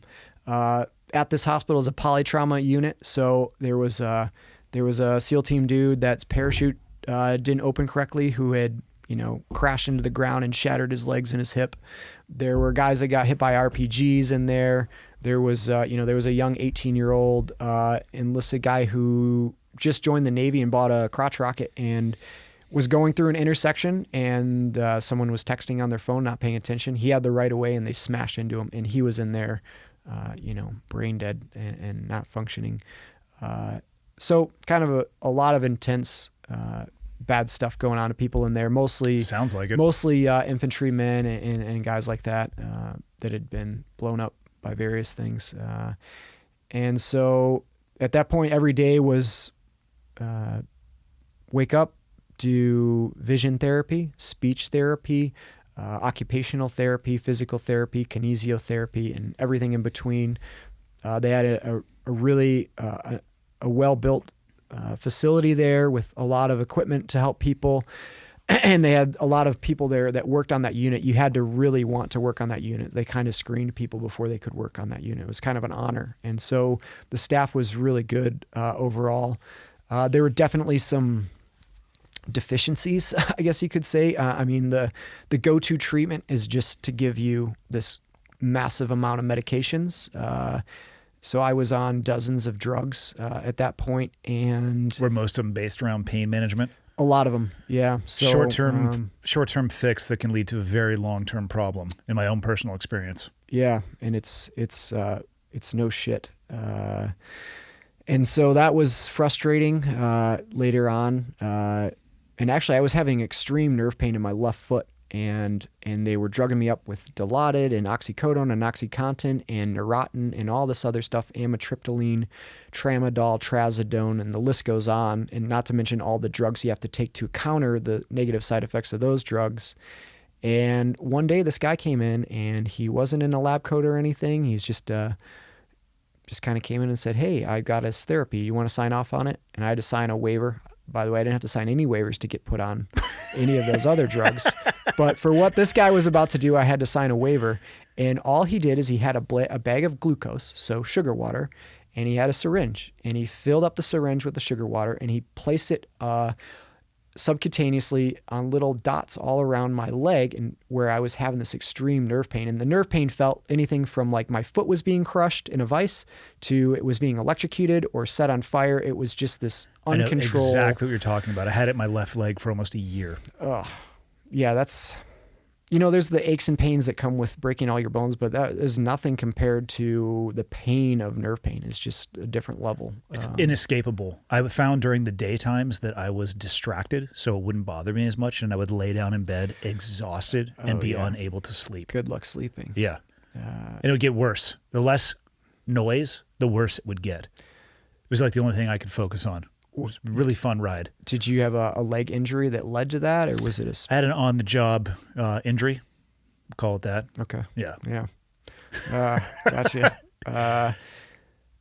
And so, yeah, this guy put sugar water in my skin, and 90% of that pain immediately was gone, and most of it did not return. There was still pain there, but the level that it was at, this like debilitating, tolerable, can't do anything pain, was down from a 10 to like a 5 or a 6 most of the time from sugar water. I'm extremely pissed this guy didn't come find me. It's called prolotherapy. Okay. I don't know how readily available it is, considering it's a direct, competitor with so many pharmaceuticals out there, but it's incredible. And so I was lucky to get that treatment, but some frustrations there were the food being so abysmal, the sleep situation being very bad. You're being woke up all night to take your blood pressure and to give you meds and to do this. And then people are in your room rustling around. And so it's hard to sleep. And then you're also, for example, it was called the Holiday Feast. It was supposed to be one of the better meals that we got there. And what it was the meat was a sliced deli meat turkey that looked like it would have been on the half off rack at the butcher shop, kind of slimy and about to become rancid deli meat. That was the turkey. The mashed potatoes were clearly from a box with like the chunks of stuff still not fully mixed in. The gravy on top of the mashed potatoes still had the can rings in it. It looked like a canned dog food. And then my favorite part was the cranberry sauce was a white jelly packet that just said cranberry on the side. And when you open it up, it was just sort of like a purple Jell-O that came out. So that's Thank you for your service, Mr. Gill. That's the food that they're giving these warriors. And by the way, they're spending a copious amount of money on the facility and the staff. Oh, fuck yes, and if they had just taken one of those medications off of my list, they could have paid for a fantastic meal.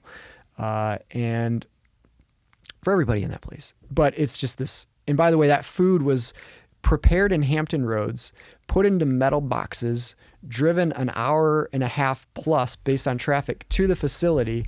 And everything you're saying screams military. Yeah, it's a beautiful government contract. Imagine, and I'm sure there was no malicious intent, but the misplaced energy. I mean, the fuel you put into your body when you're trying to either perform or recover is so critical. So they'll pump you full of shit that rattles in pill bottles and just give you dog shit fuel on top of that. Yeah, it was extremely frustrating. And I was fortunate because I had friends and family that would get me food from the outside pretty often. And so I was seeing progress because I think in large part I was actually getting sustenance. Yeah. And a lot of the guys in there were not progressing quickly or not at all. And I think a large part, it wasn't due to the therapy. They were getting all this stuff thrown at them and they had every opportunity to heal from that aspect. But when you're not giving people the basics of life, food that's halfway decent with nutritional value or sleep, I mean, that is, and the staff there knew it. The people that were dietitians were just like, yeah, it's just the way it is. The doctors knew it. And it was just everybody's kind of this powerless position to change the way it is. Garbage in, garbage out. And it's eventually, I got out of there after 3 months. I had relearned how to walk with a walker.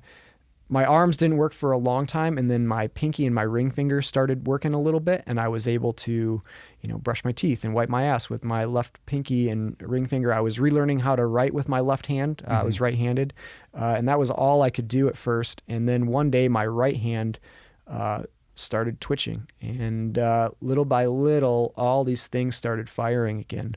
And with kind of every day having that attitude like I'm gonna fucking get better, whatever you guys say, I don't care, I'm gonna prove you wrong, I eventually got to the point where I could walk on a walker and got out of there. And then I spent the next year and a half doing outpatient therapy at Naval Hospital Portsmouth, and then doing a lot on my own.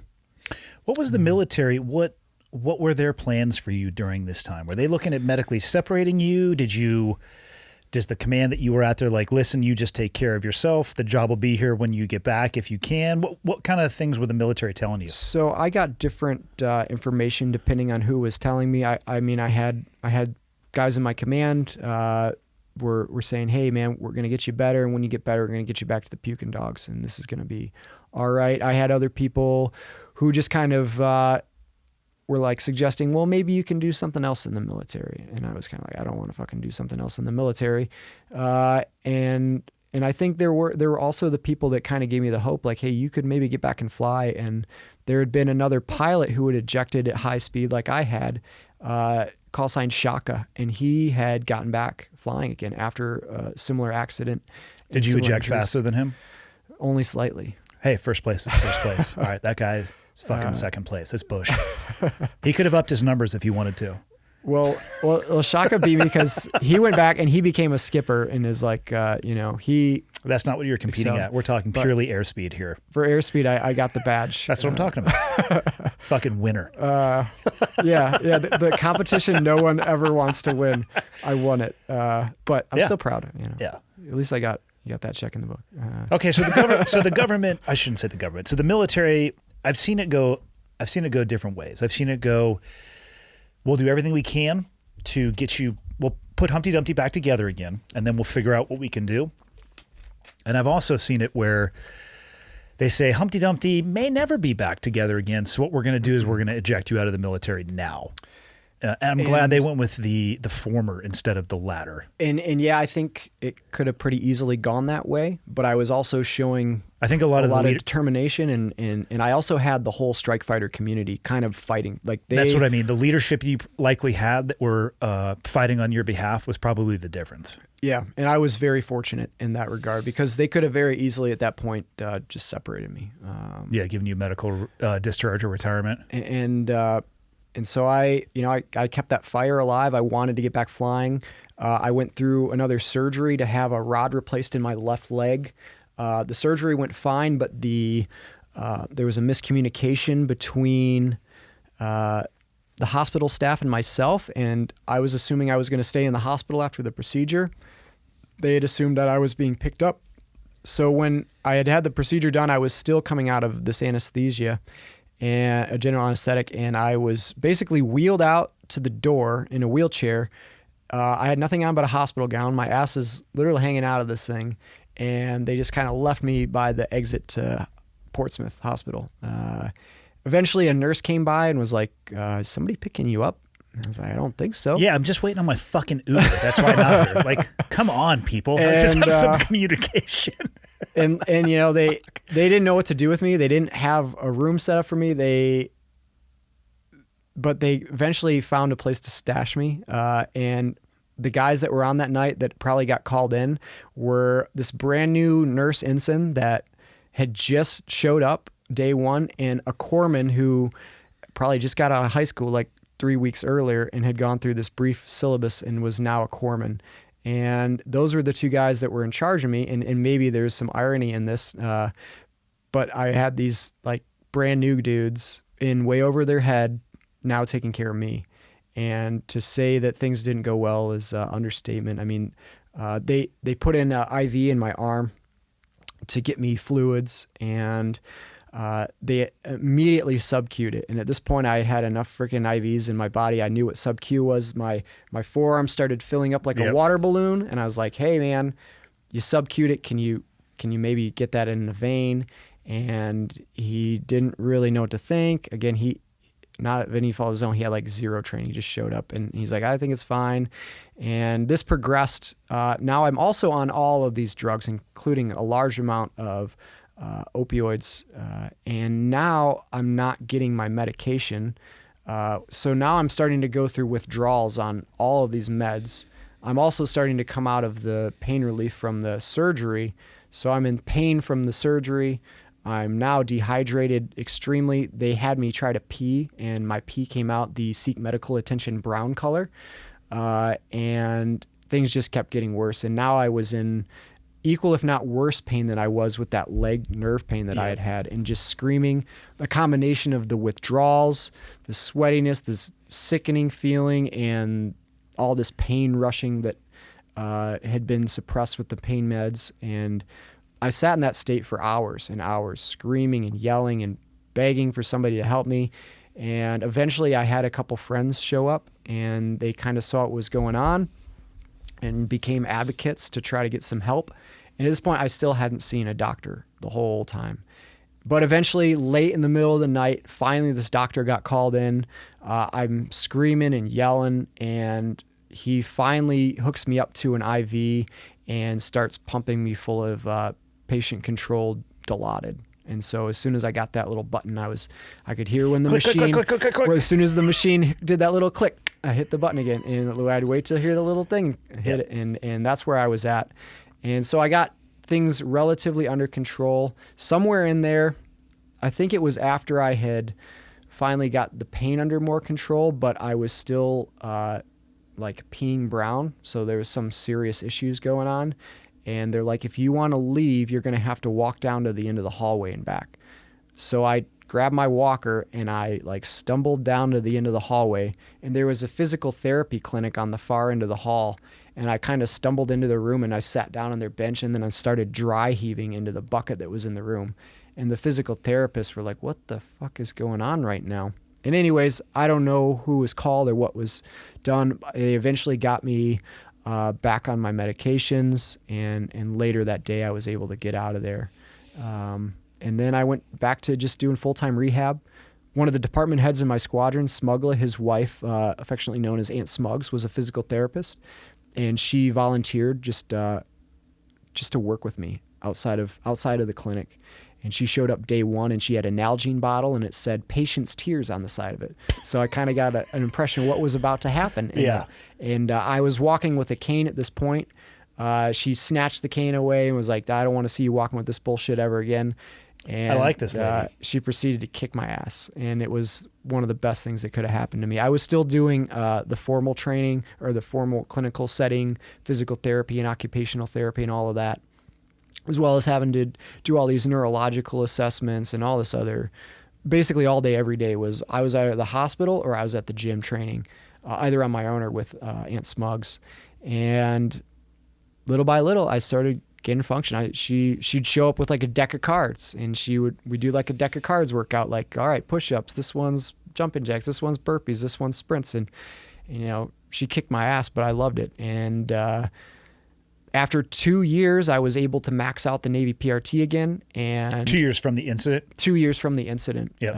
And the command saw that I was crushing it, that I was at, and they put in the good word. I had to go through a FNAB, which is a Field Naval Aviator Evaluation Board, because I did just crash an $89 million jet into the ocean. Side note, did you get in any trouble for that? Not trouble, but I did have to go through the FNAB, which is...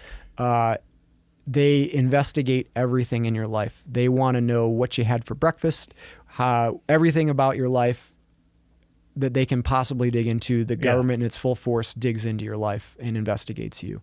And they're trying to see, were you on any drugs? Was there some other human factors and all these other things that they looked at? And it started with a sort of a non-formal portion where I went to another lieutenant and lieutenant commander, and it was kind of this informal board with questioning, and there was definitely some hard questions in there, and a lot of questioning, like, do you think that you make decisions regularly? Do you think you deserve to go back to fly? And some pretty hard questions while I'm still in this like drug-induced sort of dopey state to go through. And I'm walking around with a cane still, if not a walker at that point. But eventually that went to an admiral, and walked into the boardroom and sat at the end of this big long table, and on the sides it's flanked by a bunch of other aviators that had already spoke with me about my situation, what was going on. And they had mostly kind of come to a conclusion at that point, I think, but now it's time for the very formal. I'm dressed in my my whites. It's, the admiral walks in, I stand at attention, and he has everybody sit down, and the only thing he asked me is, Lieutenant Gill, are you fearless? And I just thought for a second. I said, sir, I don't remember a lot from the ejection, but I'm certain what little ejection sheet padding there is on there was sucked up inside me. And he didn't laugh. He didn't blink. He just stood up and left the room. And then I got the word that I got to return to flying if I could at that point get physically able to do it. Yeah. Which was still a huge uphill battle of medical waivers and just being able to physically do stuff again. But after 2 years, I was at that point. And so I got to go back to VFA 106. I went back through the training pipeline to get recurrent in the F-18. How was your first flight back? I was so excited to do it. No, like hesitation or trepidation based off what had happened on the previous flight? No, I mean, I had been working towards that moment for so long, and I wanted to get back on the horse so bad. Yeah. And I was just really looking forward to it. And I had in the back of my mind, what's going to happen when I dive a jet at the ocean again? Am I going to get these flashbacks? But none of that happened. And I, I was a little more cautious sometimes. Is the first thing you did just go rip a split S? It was actually, yeah, it was, because when I got to do my first solo flight back, that was exactly what I went out and did. Why would you not? Yeah, and I did. Might as well and, figure out if you're gonna have that flashback Yeah. early on in this journey. And it didn't happen. And so Yeah. I was like, hell yeah. And I really felt, 100% better than I had in a long time. And then I was stationed with VFA 136, the Nighthawks, out of NAS Lemoore. And I was kind of back at it, back in the fleet, doing real stuff, flying fighter jets, and everything seemed to be going pretty well. I started to notice really mild things where I was just having some maybe mild mental lapses. Like foggy-headed type stuff, or what are we talking? A little bit foggy. Sometimes I would just forget things that I should know, or I'd go to recall something that I knew stone cold and I just wasn't there, like little brain farts. Yeah. And that was a little worrisome, but I mostly just ignored it. And because I was like, I'll be fine. I'm still healing a little bit. Maybe that's fine. But what kind of changed that for me is we were on a detachment at Tyndall Air Force Base, and we were doing in WESIP, which is basically a live missile exercise. And so I was going to go out into an area and shoot a live AIM-9 Mike Sidewinder at a drone, and took off for the flight and shot the missile, and then afterwards got to go fight in DACT, which is dissimilar air combat training, with an F-22 Raptor. So there was a Hawaiian Raptor squadron that was there at the same time, which is probably like the most badass dream job you can have as a pilot, is getting to be fly Hawaiian Raptors. You're stationed in Oahu and you're flying pretty badass jets. Anyways, those guys were there. I got to fight this Raptor, and I remember, getting to see how that thing moved in the air. It was just like an alien spacecraft. Is it just ridiculous, the maneuverability? It's pretty. It was surreal to see it up close, and I'd seen it at air shows, and you can kind of see it, but to be like right there, and maneuvering with it is probably a different thing. It was awesome. But I came back from that flight, and I was reviewing my tapes, and I realized I didn't remember pretty much the entire missile shoot part of the flight. And it was pretty worrisome to me. I didn't say anything immediately. We did the debrief, and I went home, or not to the home, but to the hotel. And that night, I didn't quite feel myself. The next day, I was going to be on duty, so I was just sitting at a desk answering phones and radios and coordinating the flight schedule. And so I kind of pushed through the day, and that evening, I went back to the hotel, and I really didn't feel well. I felt like the ground was pulsing under me. I felt like I had vertigo. I was real dizzy. I remember taking my cell phone out to try to set my alarm for the next morning, and I could not do the basic math to figure out what time I needed to wake up to get into the squadron on time. So at that point, I knew something was seriously wrong. There had been a rash of decompression sickness issues in the F-18 community due to the environmental control systems had a few problem areas that were causing fluctuations of cabin pressure. And so when you get decompression sickness, you hear divers getting it. I'm sure you're familiar.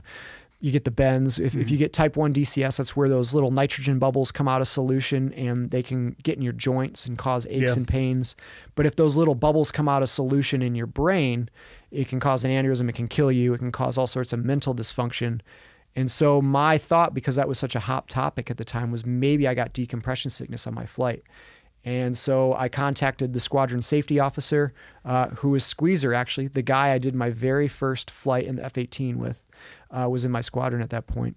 And he came and he drove me to, I think it was Mayport Naval Base. It was a dive base just near Tyndall Air Force Base in Florida there. And they brought me in, and they put me in the hyperbaric chamber and squeezed me for a few hours, and I was on 100% oxygen, and I started feeling better. And I started like regaining a sense of humor and eye contact, and I kind of came out of this kind of zombie state I had gotten into, and got out. I felt a little better, And the doc there is like, hey, why don't you come back tomorrow and talk to me and see how you're doing? We're not certain that you had decompression sickness, but maybe that's what it is. But at this point, he had talked to my skipper and kind of looked over my medical records. He's like, there might be something more going on here with your history. So I went back in the next morning, brought him like an autographed picture from the squadron put together. How did you feel the next morning? I didn't feel 100%, but I felt better Than you had previously? Yeah. And I went in and I talked to him. He's like, hey, listen, when you get back to Lemoore, I need you to go.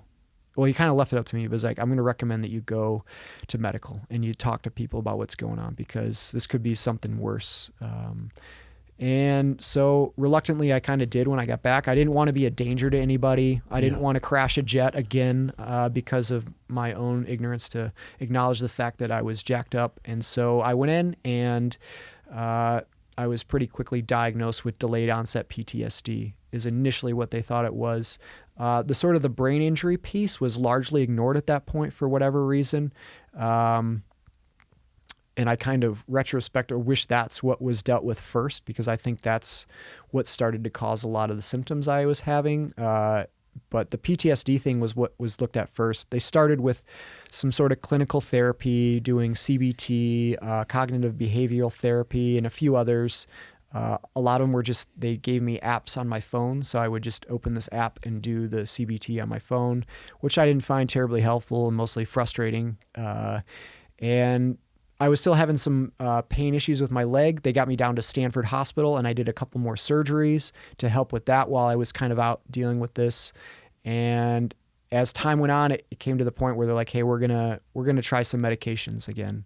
And at this point, I was like, I really don't want to do that. I weaned myself off all of those medications. The pain management folks, every time I would go in after my initial ejection, were kind of like, well, it seems to be working for you. Just stay on it.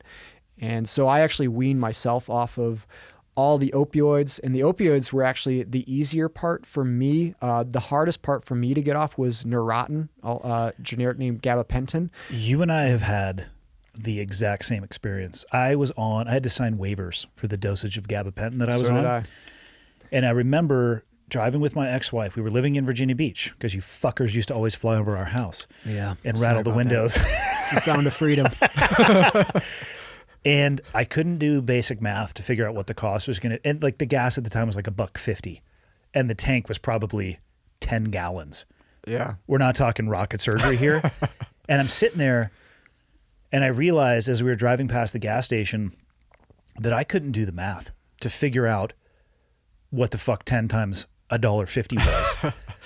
And so as you know, gabapentin is an anti-seizure medicine. So if you have a crazy high dosage and you stop cold turkey, you're going to start having seizures. Yeah. So I had to slowly, over 6 to 8 months, get off of that and to include the opioids, which I did by myself. Same. Our experiences are shockingly similar. Yeah, and that's wild. I know exactly what you're talking about.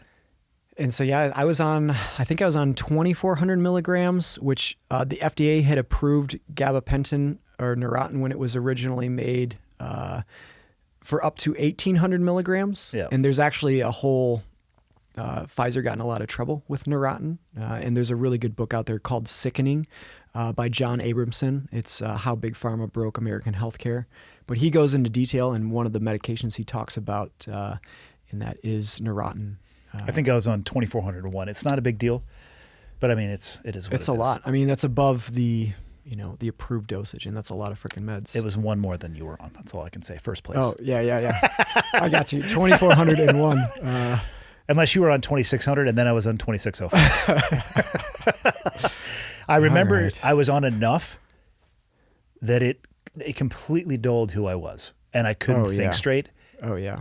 And the crazy thing is when you actually realize that took me a while to wrap my head around, like, okay, I'm not right. Like, I have to get off this shit. Yeah.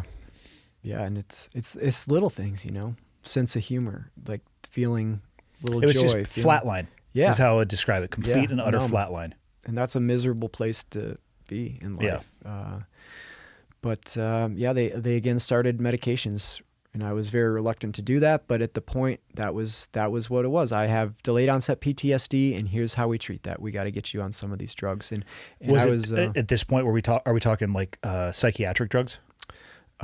Yes. Initially, I think they tried putting me on a few that were non-psychiatric meds. I was having trouble sleeping. That was one of the biggest problems I was having. So they put me on mini press, which is it's actually I believe it's originally used for blood pressure, and they noticed back in the Vietnam era with guys coming back that were having high blood pressure or cholesterol issues. They would give them mini press as that because that's what it was designed for. But they also noticed that those guys started having a lot less nightmares, and so they kind of connected the dots and said, all right, mini press is something that can be effective for helping people that are struggling with nightmares and night terrors and waking up in sweats. And so they initially tried that. It wasn't hugely helpful. I still wasn't sleeping, and eventually they started putting me on Seroquel, and Seroquel is an antipsychotic. Does that impact your flight physical?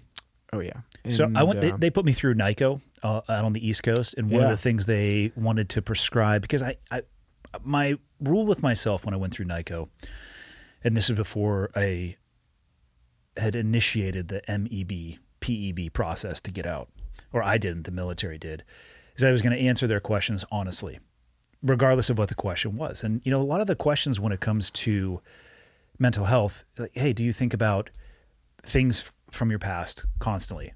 And yes is the answer, but they didn't ask the follow-on. Are they? Because most of the time I'm thinking about shit that was hilarious. Yeah. Sometimes I'll ruminate on things that weren't as awesome, but that qualifying question would give them a better insight into what I'm actually thinking about every day. Yeah. Do you have It's very subjective. Do you have trouble sleeping? Yeah, of course. Yeah, I've been hitting the fucking head a bunch. And also I'm stressed the fuck out being here trying to figure out if I'm still going to be in the military or I'm not. Sure. So they prescribed me an antidepressant. And I never took it because at the time I was flying, and the second that I took that, I would have had to report it to the FAA, which would have kicked off me losing my license. Or at least having it be put on, I think, what do you have to stabilize on the meds for like 12 months? So it's essentially, a lot. Yeah, I might as well have lost my license. So it's like, no, we're going to push that to the side. Yeah.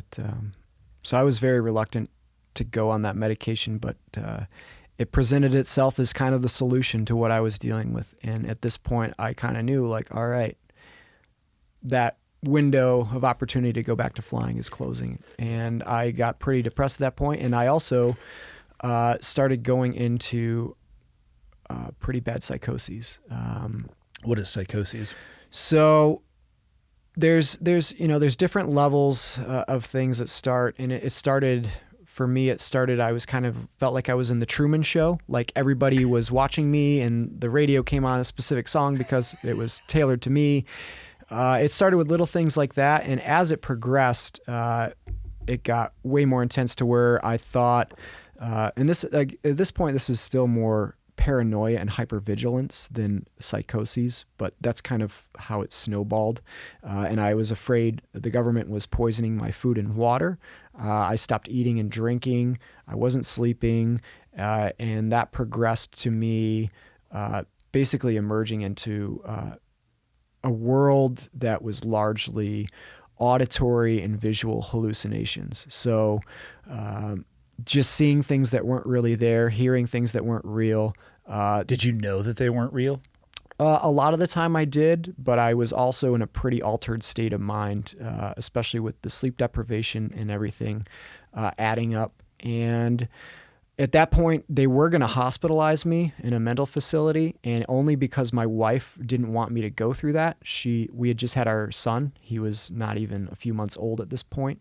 And now my wife is volunteering to watch me, who's a grown adult who thinks the government's trying to shoot him through the windows and freaking out all the time and hallucinating that our cat has like superpowers and there's a thunderstorm going on in the middle of the day when there's not, and all these really strange, dark things. I remember going to the commissary with my wife in this psychosis state, and it felt like we had emerged on this deep level of hell. And going into the commissary, all the people were ghouls, and everybody had these big eyes, and they were staring at me.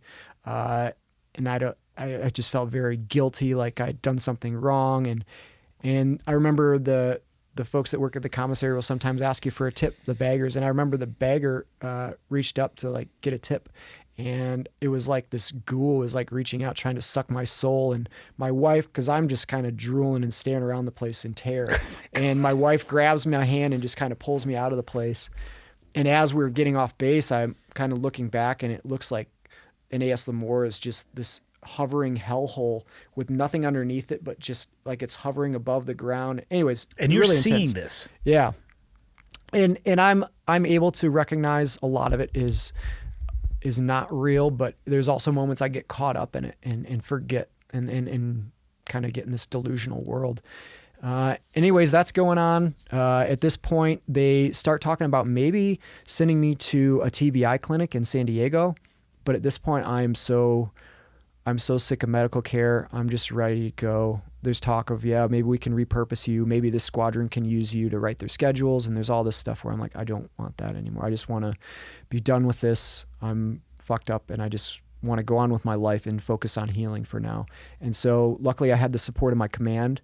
I had the support of the medical staff on base. And so I started the medical board process to be medically retired. And that process is, the way I describe it is kind of like this booby-trapped system riddled with cracks that even Indiana Jones would need his lucky hat to make it through, because, and some people go through the process and it's fairly easy and straightforward, but it really depends on who you get as your PEBLO, your Physical Evaluation Board Liaison Officer. Yeah. I had the D-string PEBLO, and then I also had...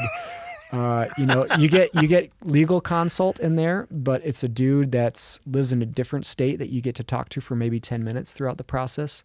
You never meet him face to face, and he's dealing with like thousands of cases a year.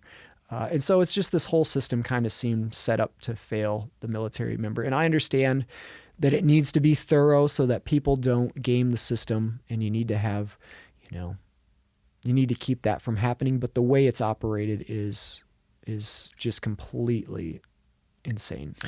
And in full disclosure and honesty, people still game it.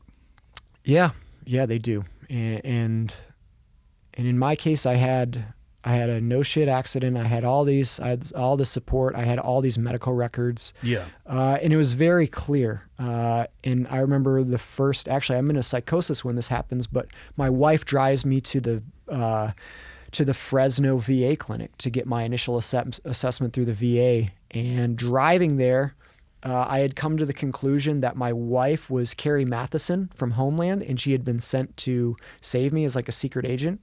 And she kind of looks like Carrie Matheson. And so I was convinced that my wife was a secret agent to save me. And then we're driving by road signs, and as I look at the road signs, they're scrambling and there's secret messages in them for me. And so I'm thinking like I've gained this magical sense. Now I can see all these things that have always been there. And anyways, I can't determine whether or not the life that you were living was horrendous or fucking awesome. It changed moment to moment. Sometimes it was incredibly exciting and awesome because I'm like, I'm a fucking secret agent. I'm like sent to save the world. And then the next moment, and you're grocery shopping with ghouls. I mean, that shit's not good. And that changes day to day, moment by moment in the state I was at. And as this is happening, the answer is here's some more Seroquel. Let's take some more drugs. The reason this is happening is because you need more drugs. You're not taking enough. It's not the drugs. The drugs will make it better, but you're not at enough. And anyways, I remember my first appointment at the VA. I went to see the TBI neurology guy, who's going to assess me for brain injury and neurological dysfunction. And I go into his office. One, getting into the VA was like being in a nightmare funhouse. Like I was getting lost in all the hallways and completely confused. And luckily my wife is there like guiding me, but I'm in a pretty bad spot, and experience this place is awful because I know like the whole future of my life is over my head. There's all that additional stress. Yeah. Like, I'm not going to fly. Am I going to get kicked out of the military with no help? Am I going to get put at a desk job at the wing and I'm going to just be making copies for the rest of my life in the military? Like, there's a lot going through my head. Anyways, I go in to see the neurologist, and he looks at me, and you can see like I've got pretty visible nerve damage. I mean, you can see my two fingers, one's larger than the other. The median nerve was severed in my left arm, so this whole half of my hand doesn't function. I can't feel this really. Yeah, It's it a looks different like you color. almost ejected at the speed of sound. Yeah, and my body is riddled with nerve damage. I've got a foot drop and all this other stuff that's very obvious for people who aren't a medical professional. And he took one look at me. He didn't even like have me take my flight suit off or anything. He just kind of looked at me for a second. He said, "You don't have any problems." Oh, fuck this guy. And it was less than 2 minutes I was in his office. And I came out, and he wouldn't let my wife be in there when he did the assessment. And so I came out, and he says, "I don't have any of this stuff." And my wife's like, "What the fuck?" And so she goes in and she talks to him briefly to be like, "Are you serious?" And he's like, "Yeah, that's my assessment." And so that was my opening experience. I saw a woman there for PTSD, and she recommended a 50% rating for PTSD, which, considering the psychosis state I was in, that was also just a grand under assessment of what I should have been assessed at for that alone. And then luckily I met another doctor, and I wish I could remember his name because he helped me out tremendously. He knew that the neurologist was this asshole guy, and he knew how to help me. And so he did an assessment on me based on everything being a muscular injury and the skeletal injuries that he could do from whatever his profession was. And so he was able to kind of cover all the nerve damage stuff through the aspect of it was also muscle dysfunction. And only because this guy knew how to game the system for me and help, not that he was lying about any of this, but he knew how to work the system to help me out. Well, imagine if you had never met that guy. And that happens all the time to people. They go there and they get 3 of those assholes like that guy, or 4, or however many people they have to see, and they all screw them. And so I came out of that, and I had my VA assessment, and then it went back to the Pueblo, and the Pueblo lost all my paperwork, and I had to like resubmit paperwork, and I had to go back to my skipper was now gone, so now the XO is the skipper, and they're about to deploy, and like there's just all this shit show. And eventually everything goes to the DOD side for assessment, and it comes back as, okay, we're going to retire you, but at 50%. And I was like, what? Like, did you not read all the stuff that's in there? And they're like, oh, well, because this one piece of paperwork only had the referred condition as PTSD, we can only assess PTSD. And whoever filled that form out, I think just assumed, well, they're going to look at all the other medical records. So you only have to put one condition in that referred line. But this woman at the medical board that did the assessment of my initial findings was like, well, it's not on the paperwork, so screw this guy. Boop. So they were going to give you medical retirement from the military and a 50% VA rating? No. So this was for the DOD. The VA and the DOD ratings are separate. Yeah. I think I got 30 from the Navy, DOD, which is the threshold to be medically retired. Yep. And then 100 from the VA. Yeah. And so I think I was at 100 through the VA from their assessment. And thanks 50 to that from guy. the Navy. And then the Navy was saying 50, which was good, but it wasn't accurate. They had failed to consider, and that made me want to do an appeal. So I appealed the case. I had to get my whites out again, get them all fixed up, and flew out to DC with my wife, and had to go in front of this board, 3 senior military guys. And it's very formal. You're kind of, it's like you're showing up in court because you're in trouble is kind of the feeling of it. And these 3 guys kind of look down and they kind of talk amongst each other, and there's a lot of consternation of whether or not you deserve any benefit. And luckily, one of the guys in there was a Marine, and he had clearly done some real shit in his life. And he kind of told the other guys, hold on a sec. And he looked at me, and he looked me in the eye, and he said, you served your country honorably. You got injured doing your job, and we're going to help you out. And he said, congratulations, you're going to be medically retired at 100% permanently. Which another thing they can do is they can say temporary, and then now every 6 months or so you have to go back and get re-rated. But luckily, that was the end of that. And then we moved back to northern Michigan. And I was kind of hopeful, like maybe things will get better with the medication. Are you still dealing with the psychosis at this point? Yeah, I am in and out of it. And now I'm on 300 milligrams of Seroquel a day. And I start getting a little bit manic. So my wife and I go in to see our VA psychiatrist, and he recommends I go up to 450 milligrams of Seroquel to help the symptoms I'm experiencing. So again, the answer, more meds. And after just a couple days of being at 450 milligrams of Seroquel, I went into the deepest psychosis I've been in, to the point where my wife found me. I was rustling around and I came out and I had a garbage bag, like a black garbage bag, wrapped around me like a cape. I had shaved off most of my hair, like big chunks of it. I'd shaved off my eyebrows for some reason. I'd shaved off all my facial hair. And I was about to go out into February Michigan weather in the snow and go fight crime, because I thought I was some sort of superhero like Batman. And my wife is like, holy shit. Apparently I was talking very staccato and very fast, and I was just really creeping everybody out. My mom was there, and my son now is about 1 year old.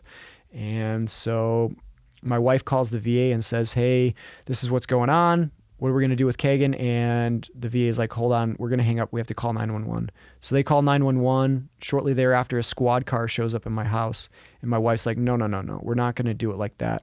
So she loads up our 1 year old. My mom is there with us. So she hops in the back. And then my wife proceeds to drive me about an hour away to the ER. And while we're driving, I'm looking in the rear view mirror, and there is a nuclear explosion mushroom cloud coming up behind us, and the shockwave is like catching up. There's trees flying through the air. There's lightning. And again, this is all in my mind, but it was very real to me at the moment. And she gets me to the ER. At this point, they have me clothed, but I step out of the vehicle, and I had to pee really bad. So as we get into the lobby, I start peeing into a bush, and there's a security guard there. He's like, hey, come with me. And he was about to, arrest me, put me to jail. And my wife and my mom were lucky to talk him down, and they proceeded to get me into the ER. In the waiting room, I had basically undressed myself, and now I'm walking around. They came into the bathroom to find out what I was doing, and I was standing in the garbage can naked. And they're like, oh God, here's this freaking psych patient. And so they put me in the ER. You were in the garbage can nude. Yeah, in the bathroom. I mean, that's a very odd calendar shoot. Maybe that was October. It's hard to say what month you were posing for, but man, that's a way the VA could raise some money. They can do the psychoses, crazy people posing nude calendar. I think that would be a hit. It could maybe afford them better food. Did you still have your cape with you? No, they took my cape, man. That's a missed opportunity. The cape was the favorite part of the story so far. Yeah, maybe that's why I was in the garbage can. I was trying to get a new cape out of it. I don't know. Yeah. But at this point, they put me into a psych room in the ER. It's just like a big glass fish dome, basically.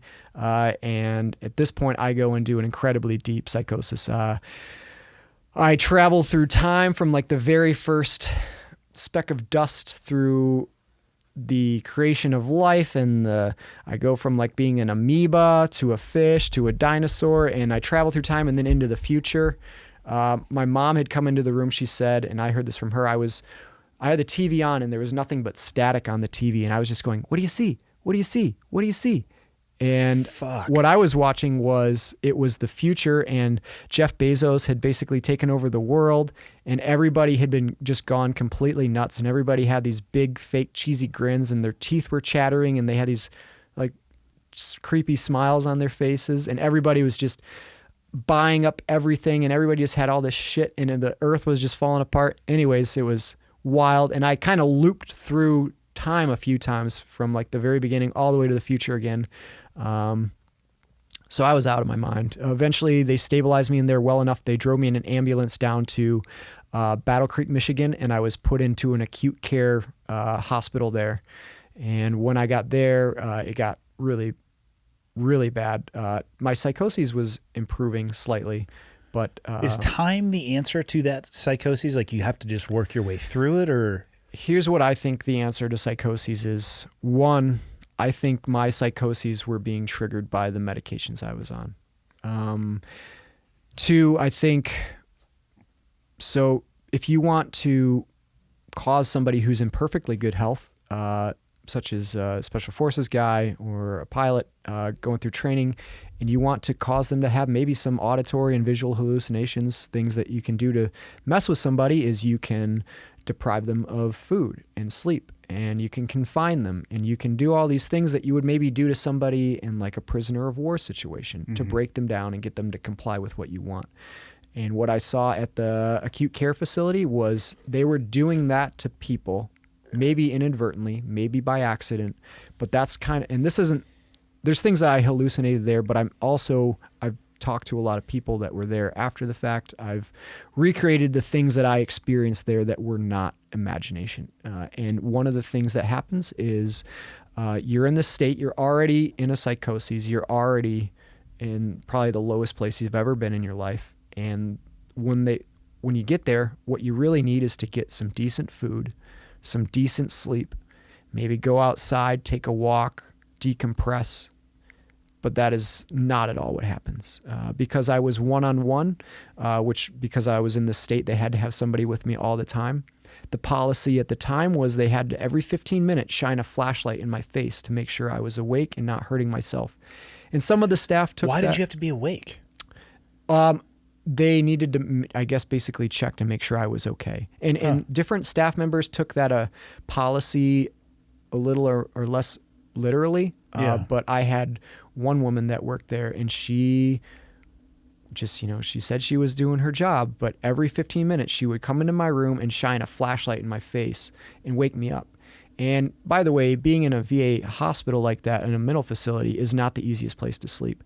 There's a bunch of other veterans in there that are going through hard times. There's a lot of yelling. There's other people in violent psychoses. There's people pacing around the hallways. There's weird noises. There's other dudes in your room with you. And so it's a hard place to sleep to begin with. And then you have somebody who, by the policy, and this is not made up, they shine a flashlight on you every 15 minutes. And some of them want to shine that in your face. So now I'm getting more sleep deprived when all I really need is some sleep. Then the food that I described at the other VA hospital, a very similar situation here, and maybe even worse, just abysmal food. The water tasted like a chemical bath. It was just garbage. There was a filter on it, but even with the filter, the water you could just taste was not the best. Not clean, not great. And anyways, that's the situation. And you're confined. You're treated as less than a human, as if you're not a human underneath all of that. You're not a veteran in crisis under all that. You're just this troublemaker. And I got very frustrated. And as I started to come out of the psychoses, I started to see that this was kind of like a prisoner of war situation as I saw it. And I was getting frustrated. And by the way, I had been voluntarily admitted here. So I was there on my own free will.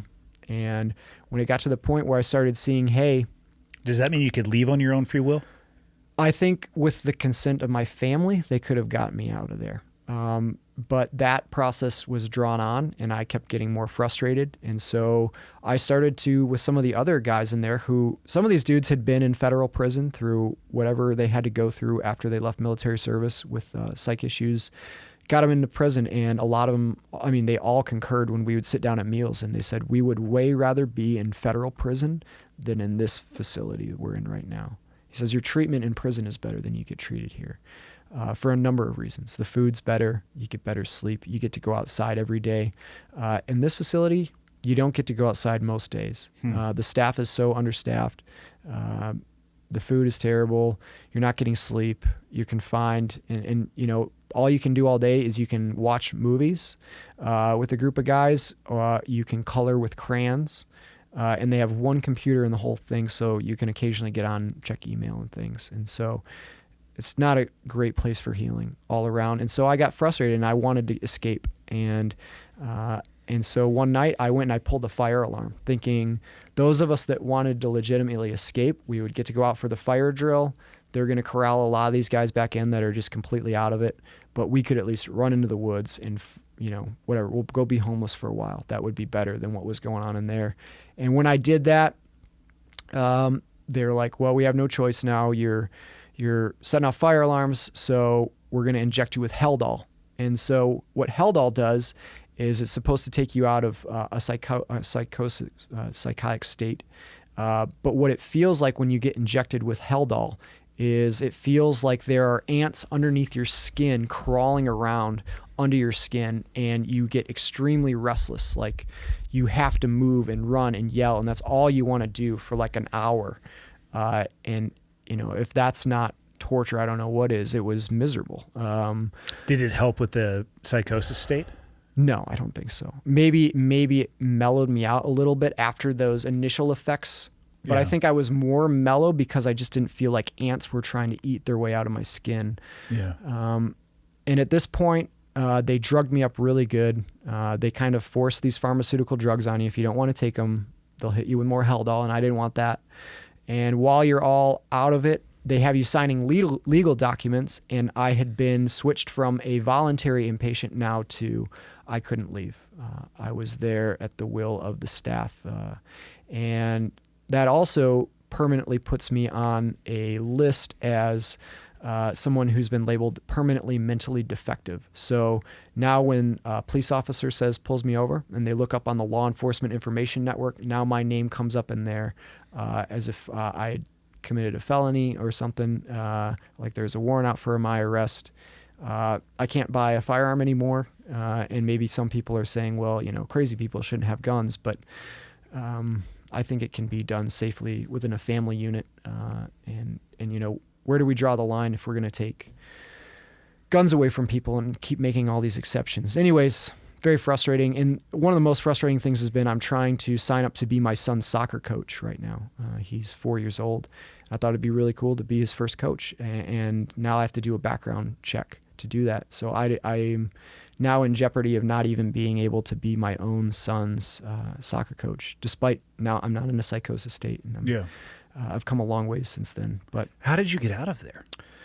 So eventually, because of my parents being massive advocates for me, they were going to keep me in there a lot longer. And I saw what was happening to people in there. If the meds, you didn't want to take the meds or the meds weren't working, they would do electroshock therapy on you.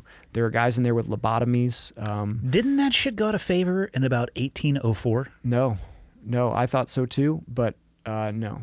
There are guys in there with legitimate multiple lobotomy scars on their skulls. And maybe they call it something different right now, but they're still taking chunks of people's brains out. And luckily, my wife is a medical professional. She was an ER nurse, a trauma nurse. My mom was a physician. My dad worked in the healthcare. And they were able to advocate to get me out of there because they could see how bad it was, and it was just breaking me down. And luckily, they got me out. They got me back into a situation where I should have been the whole time, which was in a peaceful environment, getting outside, getting fresh air, getting exercise, eating healthy food, and starting to get some sleep again. And as time went on, I came out of that psychosis. Again, it was more meds for a long time. And the meds were just making me kind of how Neurontin and gabapentin is just a shell of myself. I stopped feeling anything. And I was just angry all the time. I lost all my sense of humor. I was just miserable. And I kept saying, I think the drugs are making me worse. And the answer was always, well, that's because you need more drugs. Here, have some little ones to take in the daytime now too. But eventually I got so frustrated with that I mean, this whole time I've been doing a lot of research on my own, and I had been learning about health and nutrition and exercise, and I'd been doing a lot of that already. And then I started to research psychedelic therapies. And it's not readily available, but I was able to, through word of mouth, through a friend, found a very good psychedelic guide, and I did a guided psilocybin journey with that individual who really helped turn my life around. It didn't fix everything overnight, but as I don't think they claim to when people go down that path. But to use Michael Pollan's analogy for it, it's like a fresh snow on the sledding hill that you've been going down, your skis or your sled or your snowboard or whatever, and you've just gone down these same grooves time and time again. So you have all these ruts in your brain that are essentially can be negative behaviors, negative emotions, and that snow kind of covers all that up. And now you can take this sort of fresh line of powder in your life. And so I had done a lot of reflecting on my life, and I saw some of the things that were not helpful in me getting better. And I made the assessment that these drugs were absolutely debilitating and they were causing problems. And so I did everything over the next several months to get off all of my medications, against the advice of my VA psychiatrist. But I got off them, and now I've been off them for months now. And I found Warrior Angel Foundation through the organization called Vet Solutions. Vet Solutions does grants to get people down to Mexico to do psychedelic retreats with 5-MeO-DMT and ibogaine. So I applied to do that program. I didn't really qualify. I'm not a special forces, and I don't have 2 combat tours. So I didn't qualify, but they put me in contact with Warrior Angel Foundation, who was... Is that the Marcus and Amber Capone? Yep. Yeah, I've had them on the podcast. Oh, yeah. I listened to that episode, actually. but luckily, they helped me out and they put me in contact with Warrior Angel Foundation, which is Andrew and Adam Marr. Andrew is a former Green Beret who went through a lot of this similar stuff with a med board and brain injury. And then his brother Adam is a former Apache pilot in the Army. And he kind of left his career to help his brother Andrew get better. And through a lot of stumbling through the system the way I had, and a lot of guys do, he had found Dr. Mark Gordon. And Dr. Mark Gordon had a whole new approach to treating brain injury, and that was to address it at a physiological level in ways that could be measured. And when your brain gets injured, and just a brief explanation, your brain is the consistency of like a soft butter. So it's very soft, and it's inside a very hard shell. And so when your brain gets rattled around, and over time, whether you played football or you learned to ride a bike and you fell, or you played soccer and your head got bumped or whatever, all the things in life that cause little brain injuries along the way, even if you haven't been in an explosion or a severe trauma, chronic stress, maybe a little party drinking on the weekend, all these things add up and can cause neuroinflammation.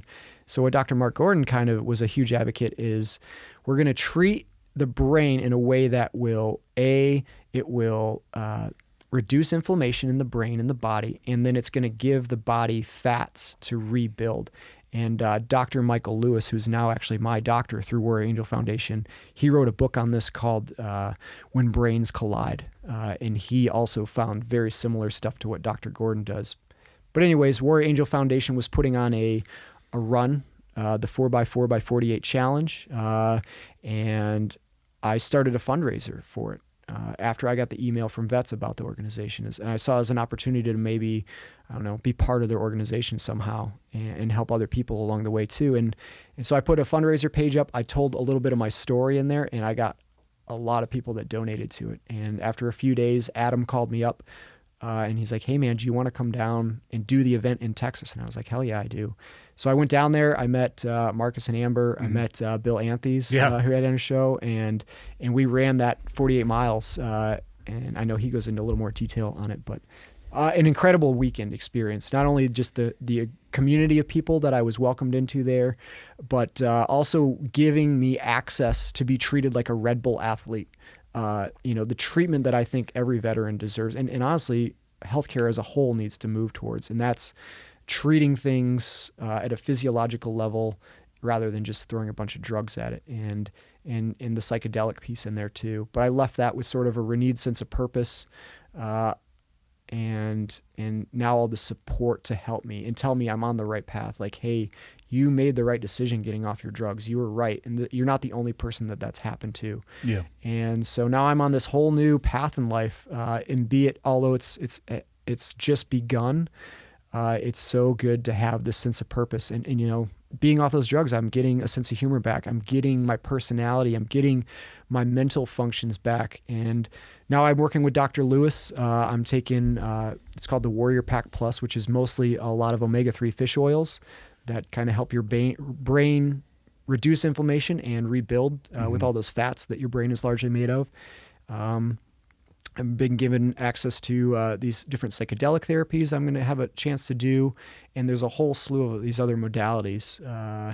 And in the meantime, I've kind of found this purpose of trying to share my story with people like yourself, luckily through the world of podcasts, that get to a crazy medium. And I think it's one of the most important things in our society right now is this freedom of speech, to sit down with somebody in this format and really talk about something for a long time and get into the details of it. And you learn so much more than that, than having somebody on a news channel for 2 minutes and they get bombarded and try to condense everything down into 3 sentences that gets misquoted. It's like, it's just a terrible way for people to learn. How have the psychosis states been since you've gotten off the medicines? Have you found yourself... No psychosis states at all.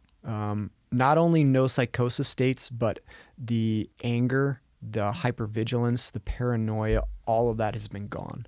I'm not sleeping perfect. I'm not 100% yet, but it's trending that direction. And I'm just kind of getting started on some of these protocols. They're measuring all my biomarkers now. They're looking at all my all my hormone levels. Something that can happen with brain injury is your hormones get all jacked up, and that can cause mood and behavioral issues. Oh, for sure. I just got accepted into a program through Donna Cranston, Defenders of Freedom, at the Resiliency Center in Dallas area, and the Resiliency Brain Center, and they're going to take me down and do a 2-week intense process. You had Kelsey Sharon, she says, "What's up?" By the way, she just did that program and had a lot of really good benefit from it. So, again, and I'm about to do another thing with Heroic Hearts. I'm about to do a retreat with them, Jesse Gould and those guys. So I'm just very excited to have a new path in my life and share my experience. So other guys, maybe there's this one dude out there who's had his limit. He's at that point of suicide or whatever, giving up because he's just been told he's permanently fucked. Yeah, and that's broken. just not true. And there's a new way ahead, and there's a lot of people working to change things. And thank you for having me on your show to share about this. Yeah, my pleasure. Is there any way to get you off of that list? I mean, I don't know anything. I don't know anything about the legal side, but having people sign legal documents in that state of mind, well, what the fuck is that about? That's just, I mean, it's completely nonsense. But as it stands, I'm on that list. There is a waiver process for it, which I can, with the help of a physician, potentially get a letter written up and submit to do that, which I definitely am going to try to do here eventually. Hey, you should. Yeah. So there is a way out of that as well, but it's bureaucratic bullshit, a lot of it. What, perhaps this is a bizarre question. You may not know the answer given the state that you were in, but for people who are listening who are not the person who is in a state of psychosis, but maybe they are near somebody or care for somebody who does, or are their significant other, what was the most beneficial thing that the people around you did to help you through that? Just being there, and it's really hard for a spouse to see your once thriving significant other in that state, but just being there and having the patience to stick with that person. And by the way, my wife, who was doing all that, did not qualify for the VA caregiver program that's supposed to help spouses who are taking care of people in those kind of states. Why? Because they've made the requirements for that application so stringent that almost nobody can get it unless you have documented for 6 months that you have been taking care of, I can't remember, several of these people's activities of daily living. So literally wiping their ass with medical records proving that you've been doing that for at least 6 months, you can't even apply. You can't get the program. So it could be a case of somebody goes into a psychosis and you are wiping their ass, but if it hasn't been 6 months yet, or maybe you've done 2 years of that, but you weren't at a hospital because you wanted to keep them home, which I would think a lot of people maybe try to do, you don't qualify. And it's like so many of these programs, they sound great, and I'm sure when it was passed into law, there was lots of high fives and hand jobs for all, and unfortunately, when you get into the details... Hand jobs or handshakes? Well, maybe a little both. I don't know what those guys... I was just running back through that. I'm like, wait a minute. But yeah, it's sad when you really look in the details of these programs, how flimsy they really are and how few people can qualify for them. The bureaucracy of the government is real, as you have experienced firsthand, as have I. Yeah, it can get very frustrating. But yeah, as far as a spouse goes, just if you can, try to be there for that person and realize that they're still in there somewhere. And look up some of these resources. There's the Warrior Angel Foundation. There's Vet Solutions. There's Heroic Hearts Foundation. There's the Top Gun Fighter Foundation.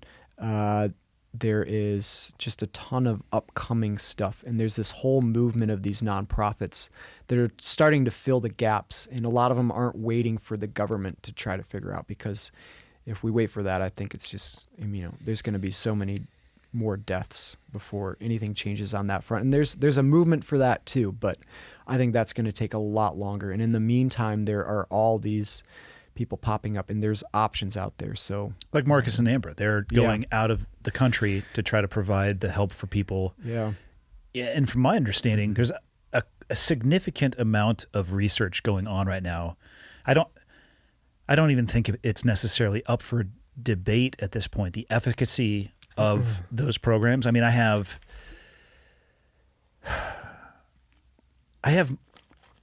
more friends than I would have thought that have pursued psychedelic therapy post-military.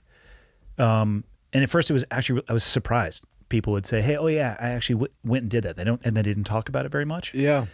And I know of only one person that's had, I don't want to say a negative side effect. What I'll say is that it had less impact than I think that he would have wanted it to have. But I don't think it's even a debate at this point that it can be extremely helpful. And I don't think there is an end all be all in anything, whether it be prescribed meds. Definitely not. Yeah. And you talk to the people who go and do the psychedelic experience, having never done it, but from listening to them, it's not the experience that fixes anything. It's like you said, it's the fresh coat of snow that can allow you to get out of the grooves. You still have to do a substantial amount of work, but it can be that lever to get you to that place where the work can be beneficial. And, the foundation of it is decent nutrition, avoiding processed foods, eating more fruits and vegetables and good quality meats and getting some exercise and just drinking good, clean water, and all these basic things that your grandma probably told you. But if you can get that foundation combined with some of these other modalities, and it can give you the opportunity to get off a lot of those drugs. And I know there's a lot of people out there that they're maybe not going to do all that stuff because it takes work and it takes some willpower, and they just want the quick fix. But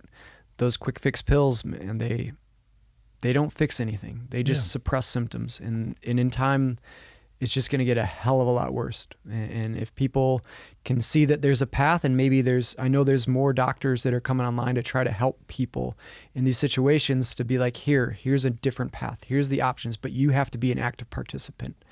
And yeah, it's not just here's a bunch of drugs or here's a bunch of psychedelics and you're going to be fixed forever. Yeah, eat a fistful of mushrooms and your life's going to be, gumdrops and rainbows. Right. That's not going to be the case. And it goes with a lot of work. And it's incredible to see programs like Vet Solutions and Heroic Hearts where they give you that, but then they give you the support afterwards, and they get you in all these practices and habits that you can incorporate in your life to stay that way and stay positive and stay healthy. It sounds like for the first time in a while you're hopeful about your future. Yeah, and it feels so good, man. And I feel like for a while there I was running on like 1 or 2 cylinders, and now I'm back up to like 4 to 6. But man, where I see it going, I'm going to have like 10 or 12 cylinders going at this trajectory, man. And it's really exciting to just know that I could be the person I was before, and maybe even stronger. In so many ways. What do you want to do professionally once you? You get those 12 cylinders running. Maybe you're going to find you have a turbine engine under there. You don't even know. Maybe it's got afterburner, man. I don't know. I think you've already wrecked one of those, sir. I don't know if we're going to give you another one. Yeah. I did the math. It was an $89 billion jet. So the guys in my squadron found if every American taxpayer contributed, that would be about 24 cents in 2014 dollars. So if I ever see you and you're upset that I wrecked a perfectly good jet, I owe you a gumball. And now with inflation, that's about $106 million. So I owe you like a big gumball. But did they say to you like, hey, you owe us like $50,000? Like you're gonna have to No. You're gonna have to offset some of the cost of this fucker. And luckily, they accommodate for that. They assume. I mean, these mishaps do happen for sure, and they budget for that. And so there were no hard feelings from that point of view, at least from the government that I know. You went through the ringer enough, I think, as it were. Yeah. If you think I got off scotch-free, well, yeah. You apparently didn't listen to anything I just said. So what do you want to do next? Dude, right now I'm in this mission to share my story and maybe give people hope.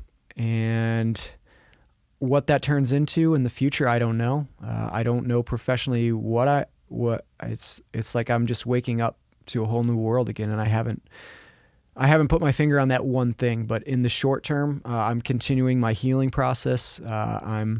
I'm training 6 days a week. I'm training to do an ultra mountain bike event up in Marquette, Michigan called the Margie 100, which is the most brutal single-day mountain bike event on the planet, or at least up there with them. And people travel from all over the world to do this thing. It's 110 miles with 12,000 feet of climbing over extremely rugged, rocky, loose terrain. And a lot of people that start it do not finish. And if you're really an elite athlete, you can do it in about 12 hours. And it takes significantly longer than that if you're not an elite athlete. So I'm training to finish that right now. I think for myself, having a big goal that's almost impossible to work towards, little day by day helps. It gives me kind of a sense of purpose. It gives me the physical exercise of all the weight training and the running and cycling I'm doing. It gets me outside riding my mountain bike in the woods. Yeah. So that's kind of my short term. I'm retired military, but I'm a full-time dad. I've got my little boy and my little girl's just 1 year old. My son's 4. So that getting to be a dad and be there with them and be a positive influence on their life and help to shape them into good human beings is probably, I think, my most important job right now. And I don't know where it's going to go from here, man. You don't have to know. I think I'm excited it's going to be good. What I am going to recommend is please do not go into my Instagram stories, because I have a passion for posting people fucking themselves up on mountain bikes. I love those. And actually, I don't want to post one of you because most of the people in those stories are giving themselves a TBI. Yeah. And you've already rattled your eggs enough. Yeah, I don't want to smash my head. But if you had a videotape on me or a camera on me, well, some of my mountain biking adventures, I would have maybe made it onto one of your videos a few times. I didn't wreck my brain, but yeah. I've definitely flown through the air off my bicycle a few times. I don't want to watch them, but I can't not. And now there's like thousands of people that my feed is so perfectly curated. All I need to do is go into message requests, and it's all people fucking themselves up. And now people are really expanding what they're bringing to me. Like there was a skydiving one today. There's some epic ones on people just driving boats over other boats. Skateboards are classic, of course. Motorized vehicles. I mean, it's pretty impressive. And then in my reels, it's all just people fucking themselves up, and then otters. It's the perfectly curated feed. Like these cute little otters, which I desperately want to get an otter, and I don't even know if they're legal to have in the U.S. And then it's like otter, scroll, train wreck. Otter, scroll, train wreck. It's perfect. I mean, it's all that I could hope it would be. Well, I wish you had a slow-mo camera on me when I came out of that jet, man. That would have been an epic fail video. Did you ever talk to the skipper? Did he see you eject? I'm curious if anybody actually saw it. I can't remember exactly. I think he might have seen my parachute open. But I need to talk to him again and get a fresh look at what he remembers. But, I'd imagine it was pretty awful feeling for him to see. Visually intense. Yeah. Like, oh shit. Yeah. Here we go. But he saved my life. He was a key component of getting me out of that water, and even in the healing process too. He was there for me and stood up for me, and I'm so grateful for all the people. Cheech, the rescue swimmer, AC1 Hercules, he was on ATC, Sparkles, Bish, Kelvin, all these dudes. Fisty, who was at the SDO desk, all my friends, family, all the doctors who helped me along the way. I've just received so much love from the strike fighter community. And considering everything that's happened, I was so fortunate. And now here I am. And I think I have a unique perspective on life. And yeah. I'm pretty happy to be able to articulate and share that. You've taken some left and right turns that I don't think many people ever will. And the fact that you've been able to navigate your way through that, it says a lot. Yeah, I mean, I've been lucky. I've worked hard at it too, but I think it takes both. It'll take a little bit of luck and hard work. But I think what cannot be discounted and has to be highlighted is the community of people around you that support you as well. I think you have to have all of that. And I was very fortunate. I know there's a lot of guys that don't get that, going through worse situations. But Any desire to fly again? Even just recreationally? You know, I've gone up a few times, and it's hard to compare to getting to rage around like a fire-breathing dragon. You could firewall like a 152 and at least do 60 knots. You know what I still love is being in just like a little Piper Cub on floats, wearing nothing but board shorts and flip flops, no headset, no flight plan, no radio, just fucking about. A little bobber that shows you about how much fuel you got, and just hopping from pond to pond. Man, I love that kind of flying now. I'm down for more flying for fun. Like someone's got a fully aerobatic plane. I love doing that stuff. As far as a career goes, I don't think the FAA medical examiner would touch me with like a 40-foot pole. But even if it were an opportunity, I don't think I would necessarily want to professionally fly again. But I had some good times doing it. That's for sure. Your story is insane. I can't thank you enough for coming up here to Montana for a day and giving me the opportunity to talk to you about it. I think it's my pleasure. I think it'll resonate with a lot of people. To me, when I'm listening to what you're going through, I had my own experiences with military medicine. You know, Portsmouth as an example. I've had my own experiences there.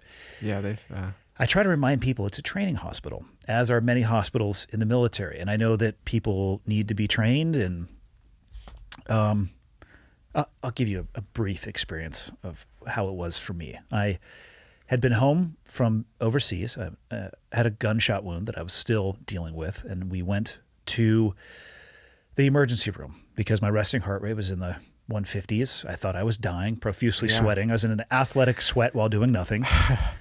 Like E3 Corbin was checking me in. He goes, what's the main cause of, you being here today? I said, pain from a gunshot wound. And he took a breath, and he looked at me, and he goes, self-inflicted? I think that's the same Corbin I had. And my wife at the time lost her shit. I had some very low moments. I went down the rabbit hole because I left with pill bottles and no oversight whatsoever and unlimited fucking refills. Yeah. Unlimited. It's like, how much oxy do you want? It didn't get asked. Like, how did you go through a bottle of 40 in 5 days when we're prescribing you one of these per day? It was just like, here's another sandwich bag. And it's a shit. Listening to you, though, like you went through substantially more than I did. It's refreshing to hear. Obviously, it sucked for you in the moment, but it's refreshing for me to hear about people who bite and claw and scratch their way out of that, because that's how you get out of that. There is no, it's all better all of a sudden. Yeah. I can easily put my own pity hat on and look back at 2005 and be like, I couldn't sleep and I had to drink myself to sleep. Every reason to just give up, take a bunch of those pills with a nice glass of whiskey and just melt into the seat and just have that be your permanent state of existence forever, and with every excuse to do it. And, it's refreshing to hear about people who make the other choice and have to claw their way out of that, though. I think it resonates with people, and hopefully it can provide a little bit of context. We all have problems, right? Oh yeah. And some problems are more first world than others, like bitching about your oppression on your $1,000 cell phone with your fucking $7 coffee in your hand. I get it. Like, do whatever you want to do. I have some judgments of that, which I'll try to keep to myself. But it provides context for how hard it can actually be for some people. And then you look at that in comparison to what you might be going through, and it's like, you know what? I got this. And I think that's huge to hear about what people are capable of if they refuse to quit and refuse to surrender to the situation that they're in. Yeah. Well, I appreciate that. And I really appreciate being able to share this and know that maybe out of this, there's going to be like one dude, veteran or not, maybe it's just somebody struggling in life. And I know there's a lot of people struggling right now and outside the military that don't have some of the resources I've had. And they're doing it by themselves. And if just one of those people hears that and maybe just decides that they can maybe do one more day, that's awesome. Do you do social media at all? Kelsey just talked me into doing it. So I have an Instagram at Poetic Caveman. Okay. that Wouldn't have I just- guessed that, but I like it. Yeah, I came up with it on a run one day, and I thought it kind of was cool, and I didn't know what I was going to do with it. And then this Instagram thing came. I was like, oh, that's a good poetic, because I was going to just put my name, but there's already a Kegan Gill somehow on there, and he's this dude. There's already an Andy Stove too, so I had to throw a number. So I was like, I'll just come up with something different. So it's Poetic Caveman, but underneath it shows my name, Kegan Gill. Well, I asked because I'd be surprised if people don't reach out to you. And if you're open to that, I wanted to make sure that they have a mechanism to do so. Because people are probably going to have questions, and they probably will want to share with you their experiences as well. And I think that's powerful. Happy to talk to people, assuming you're not, one of these pictures of a catfish lady, like the pretty lady with, the big profile that's empty, and it's probably just some dude who lives in his mom's basement. But you can with ignore people. those. Yeah. Learn where the block feature is on Instagram. Your life will be immeasurably better. But no, I would be happy to speak with people with genuine questions that would like some assistance or guidance of any sort. And obviously, I'm not a medical professional, so I can't give you medical advice. But you can tell you what your I experience. did. Yeah. And we've been at it for 3 hours. Nice. Where would you like to close? Closing thoughts by Kegan Gill. Thank you again for having me on. Of course. And getting to share this. And thank you to all the people who were there and had my back throughout this whole thing. I'm incredibly grateful to be here. And looking forward to doing good things in the world. That's about as good of an ending as possible. So we'll leave it there. Thanks again, Andy. Yeah, thank you. Really My appreciate pleasure. it.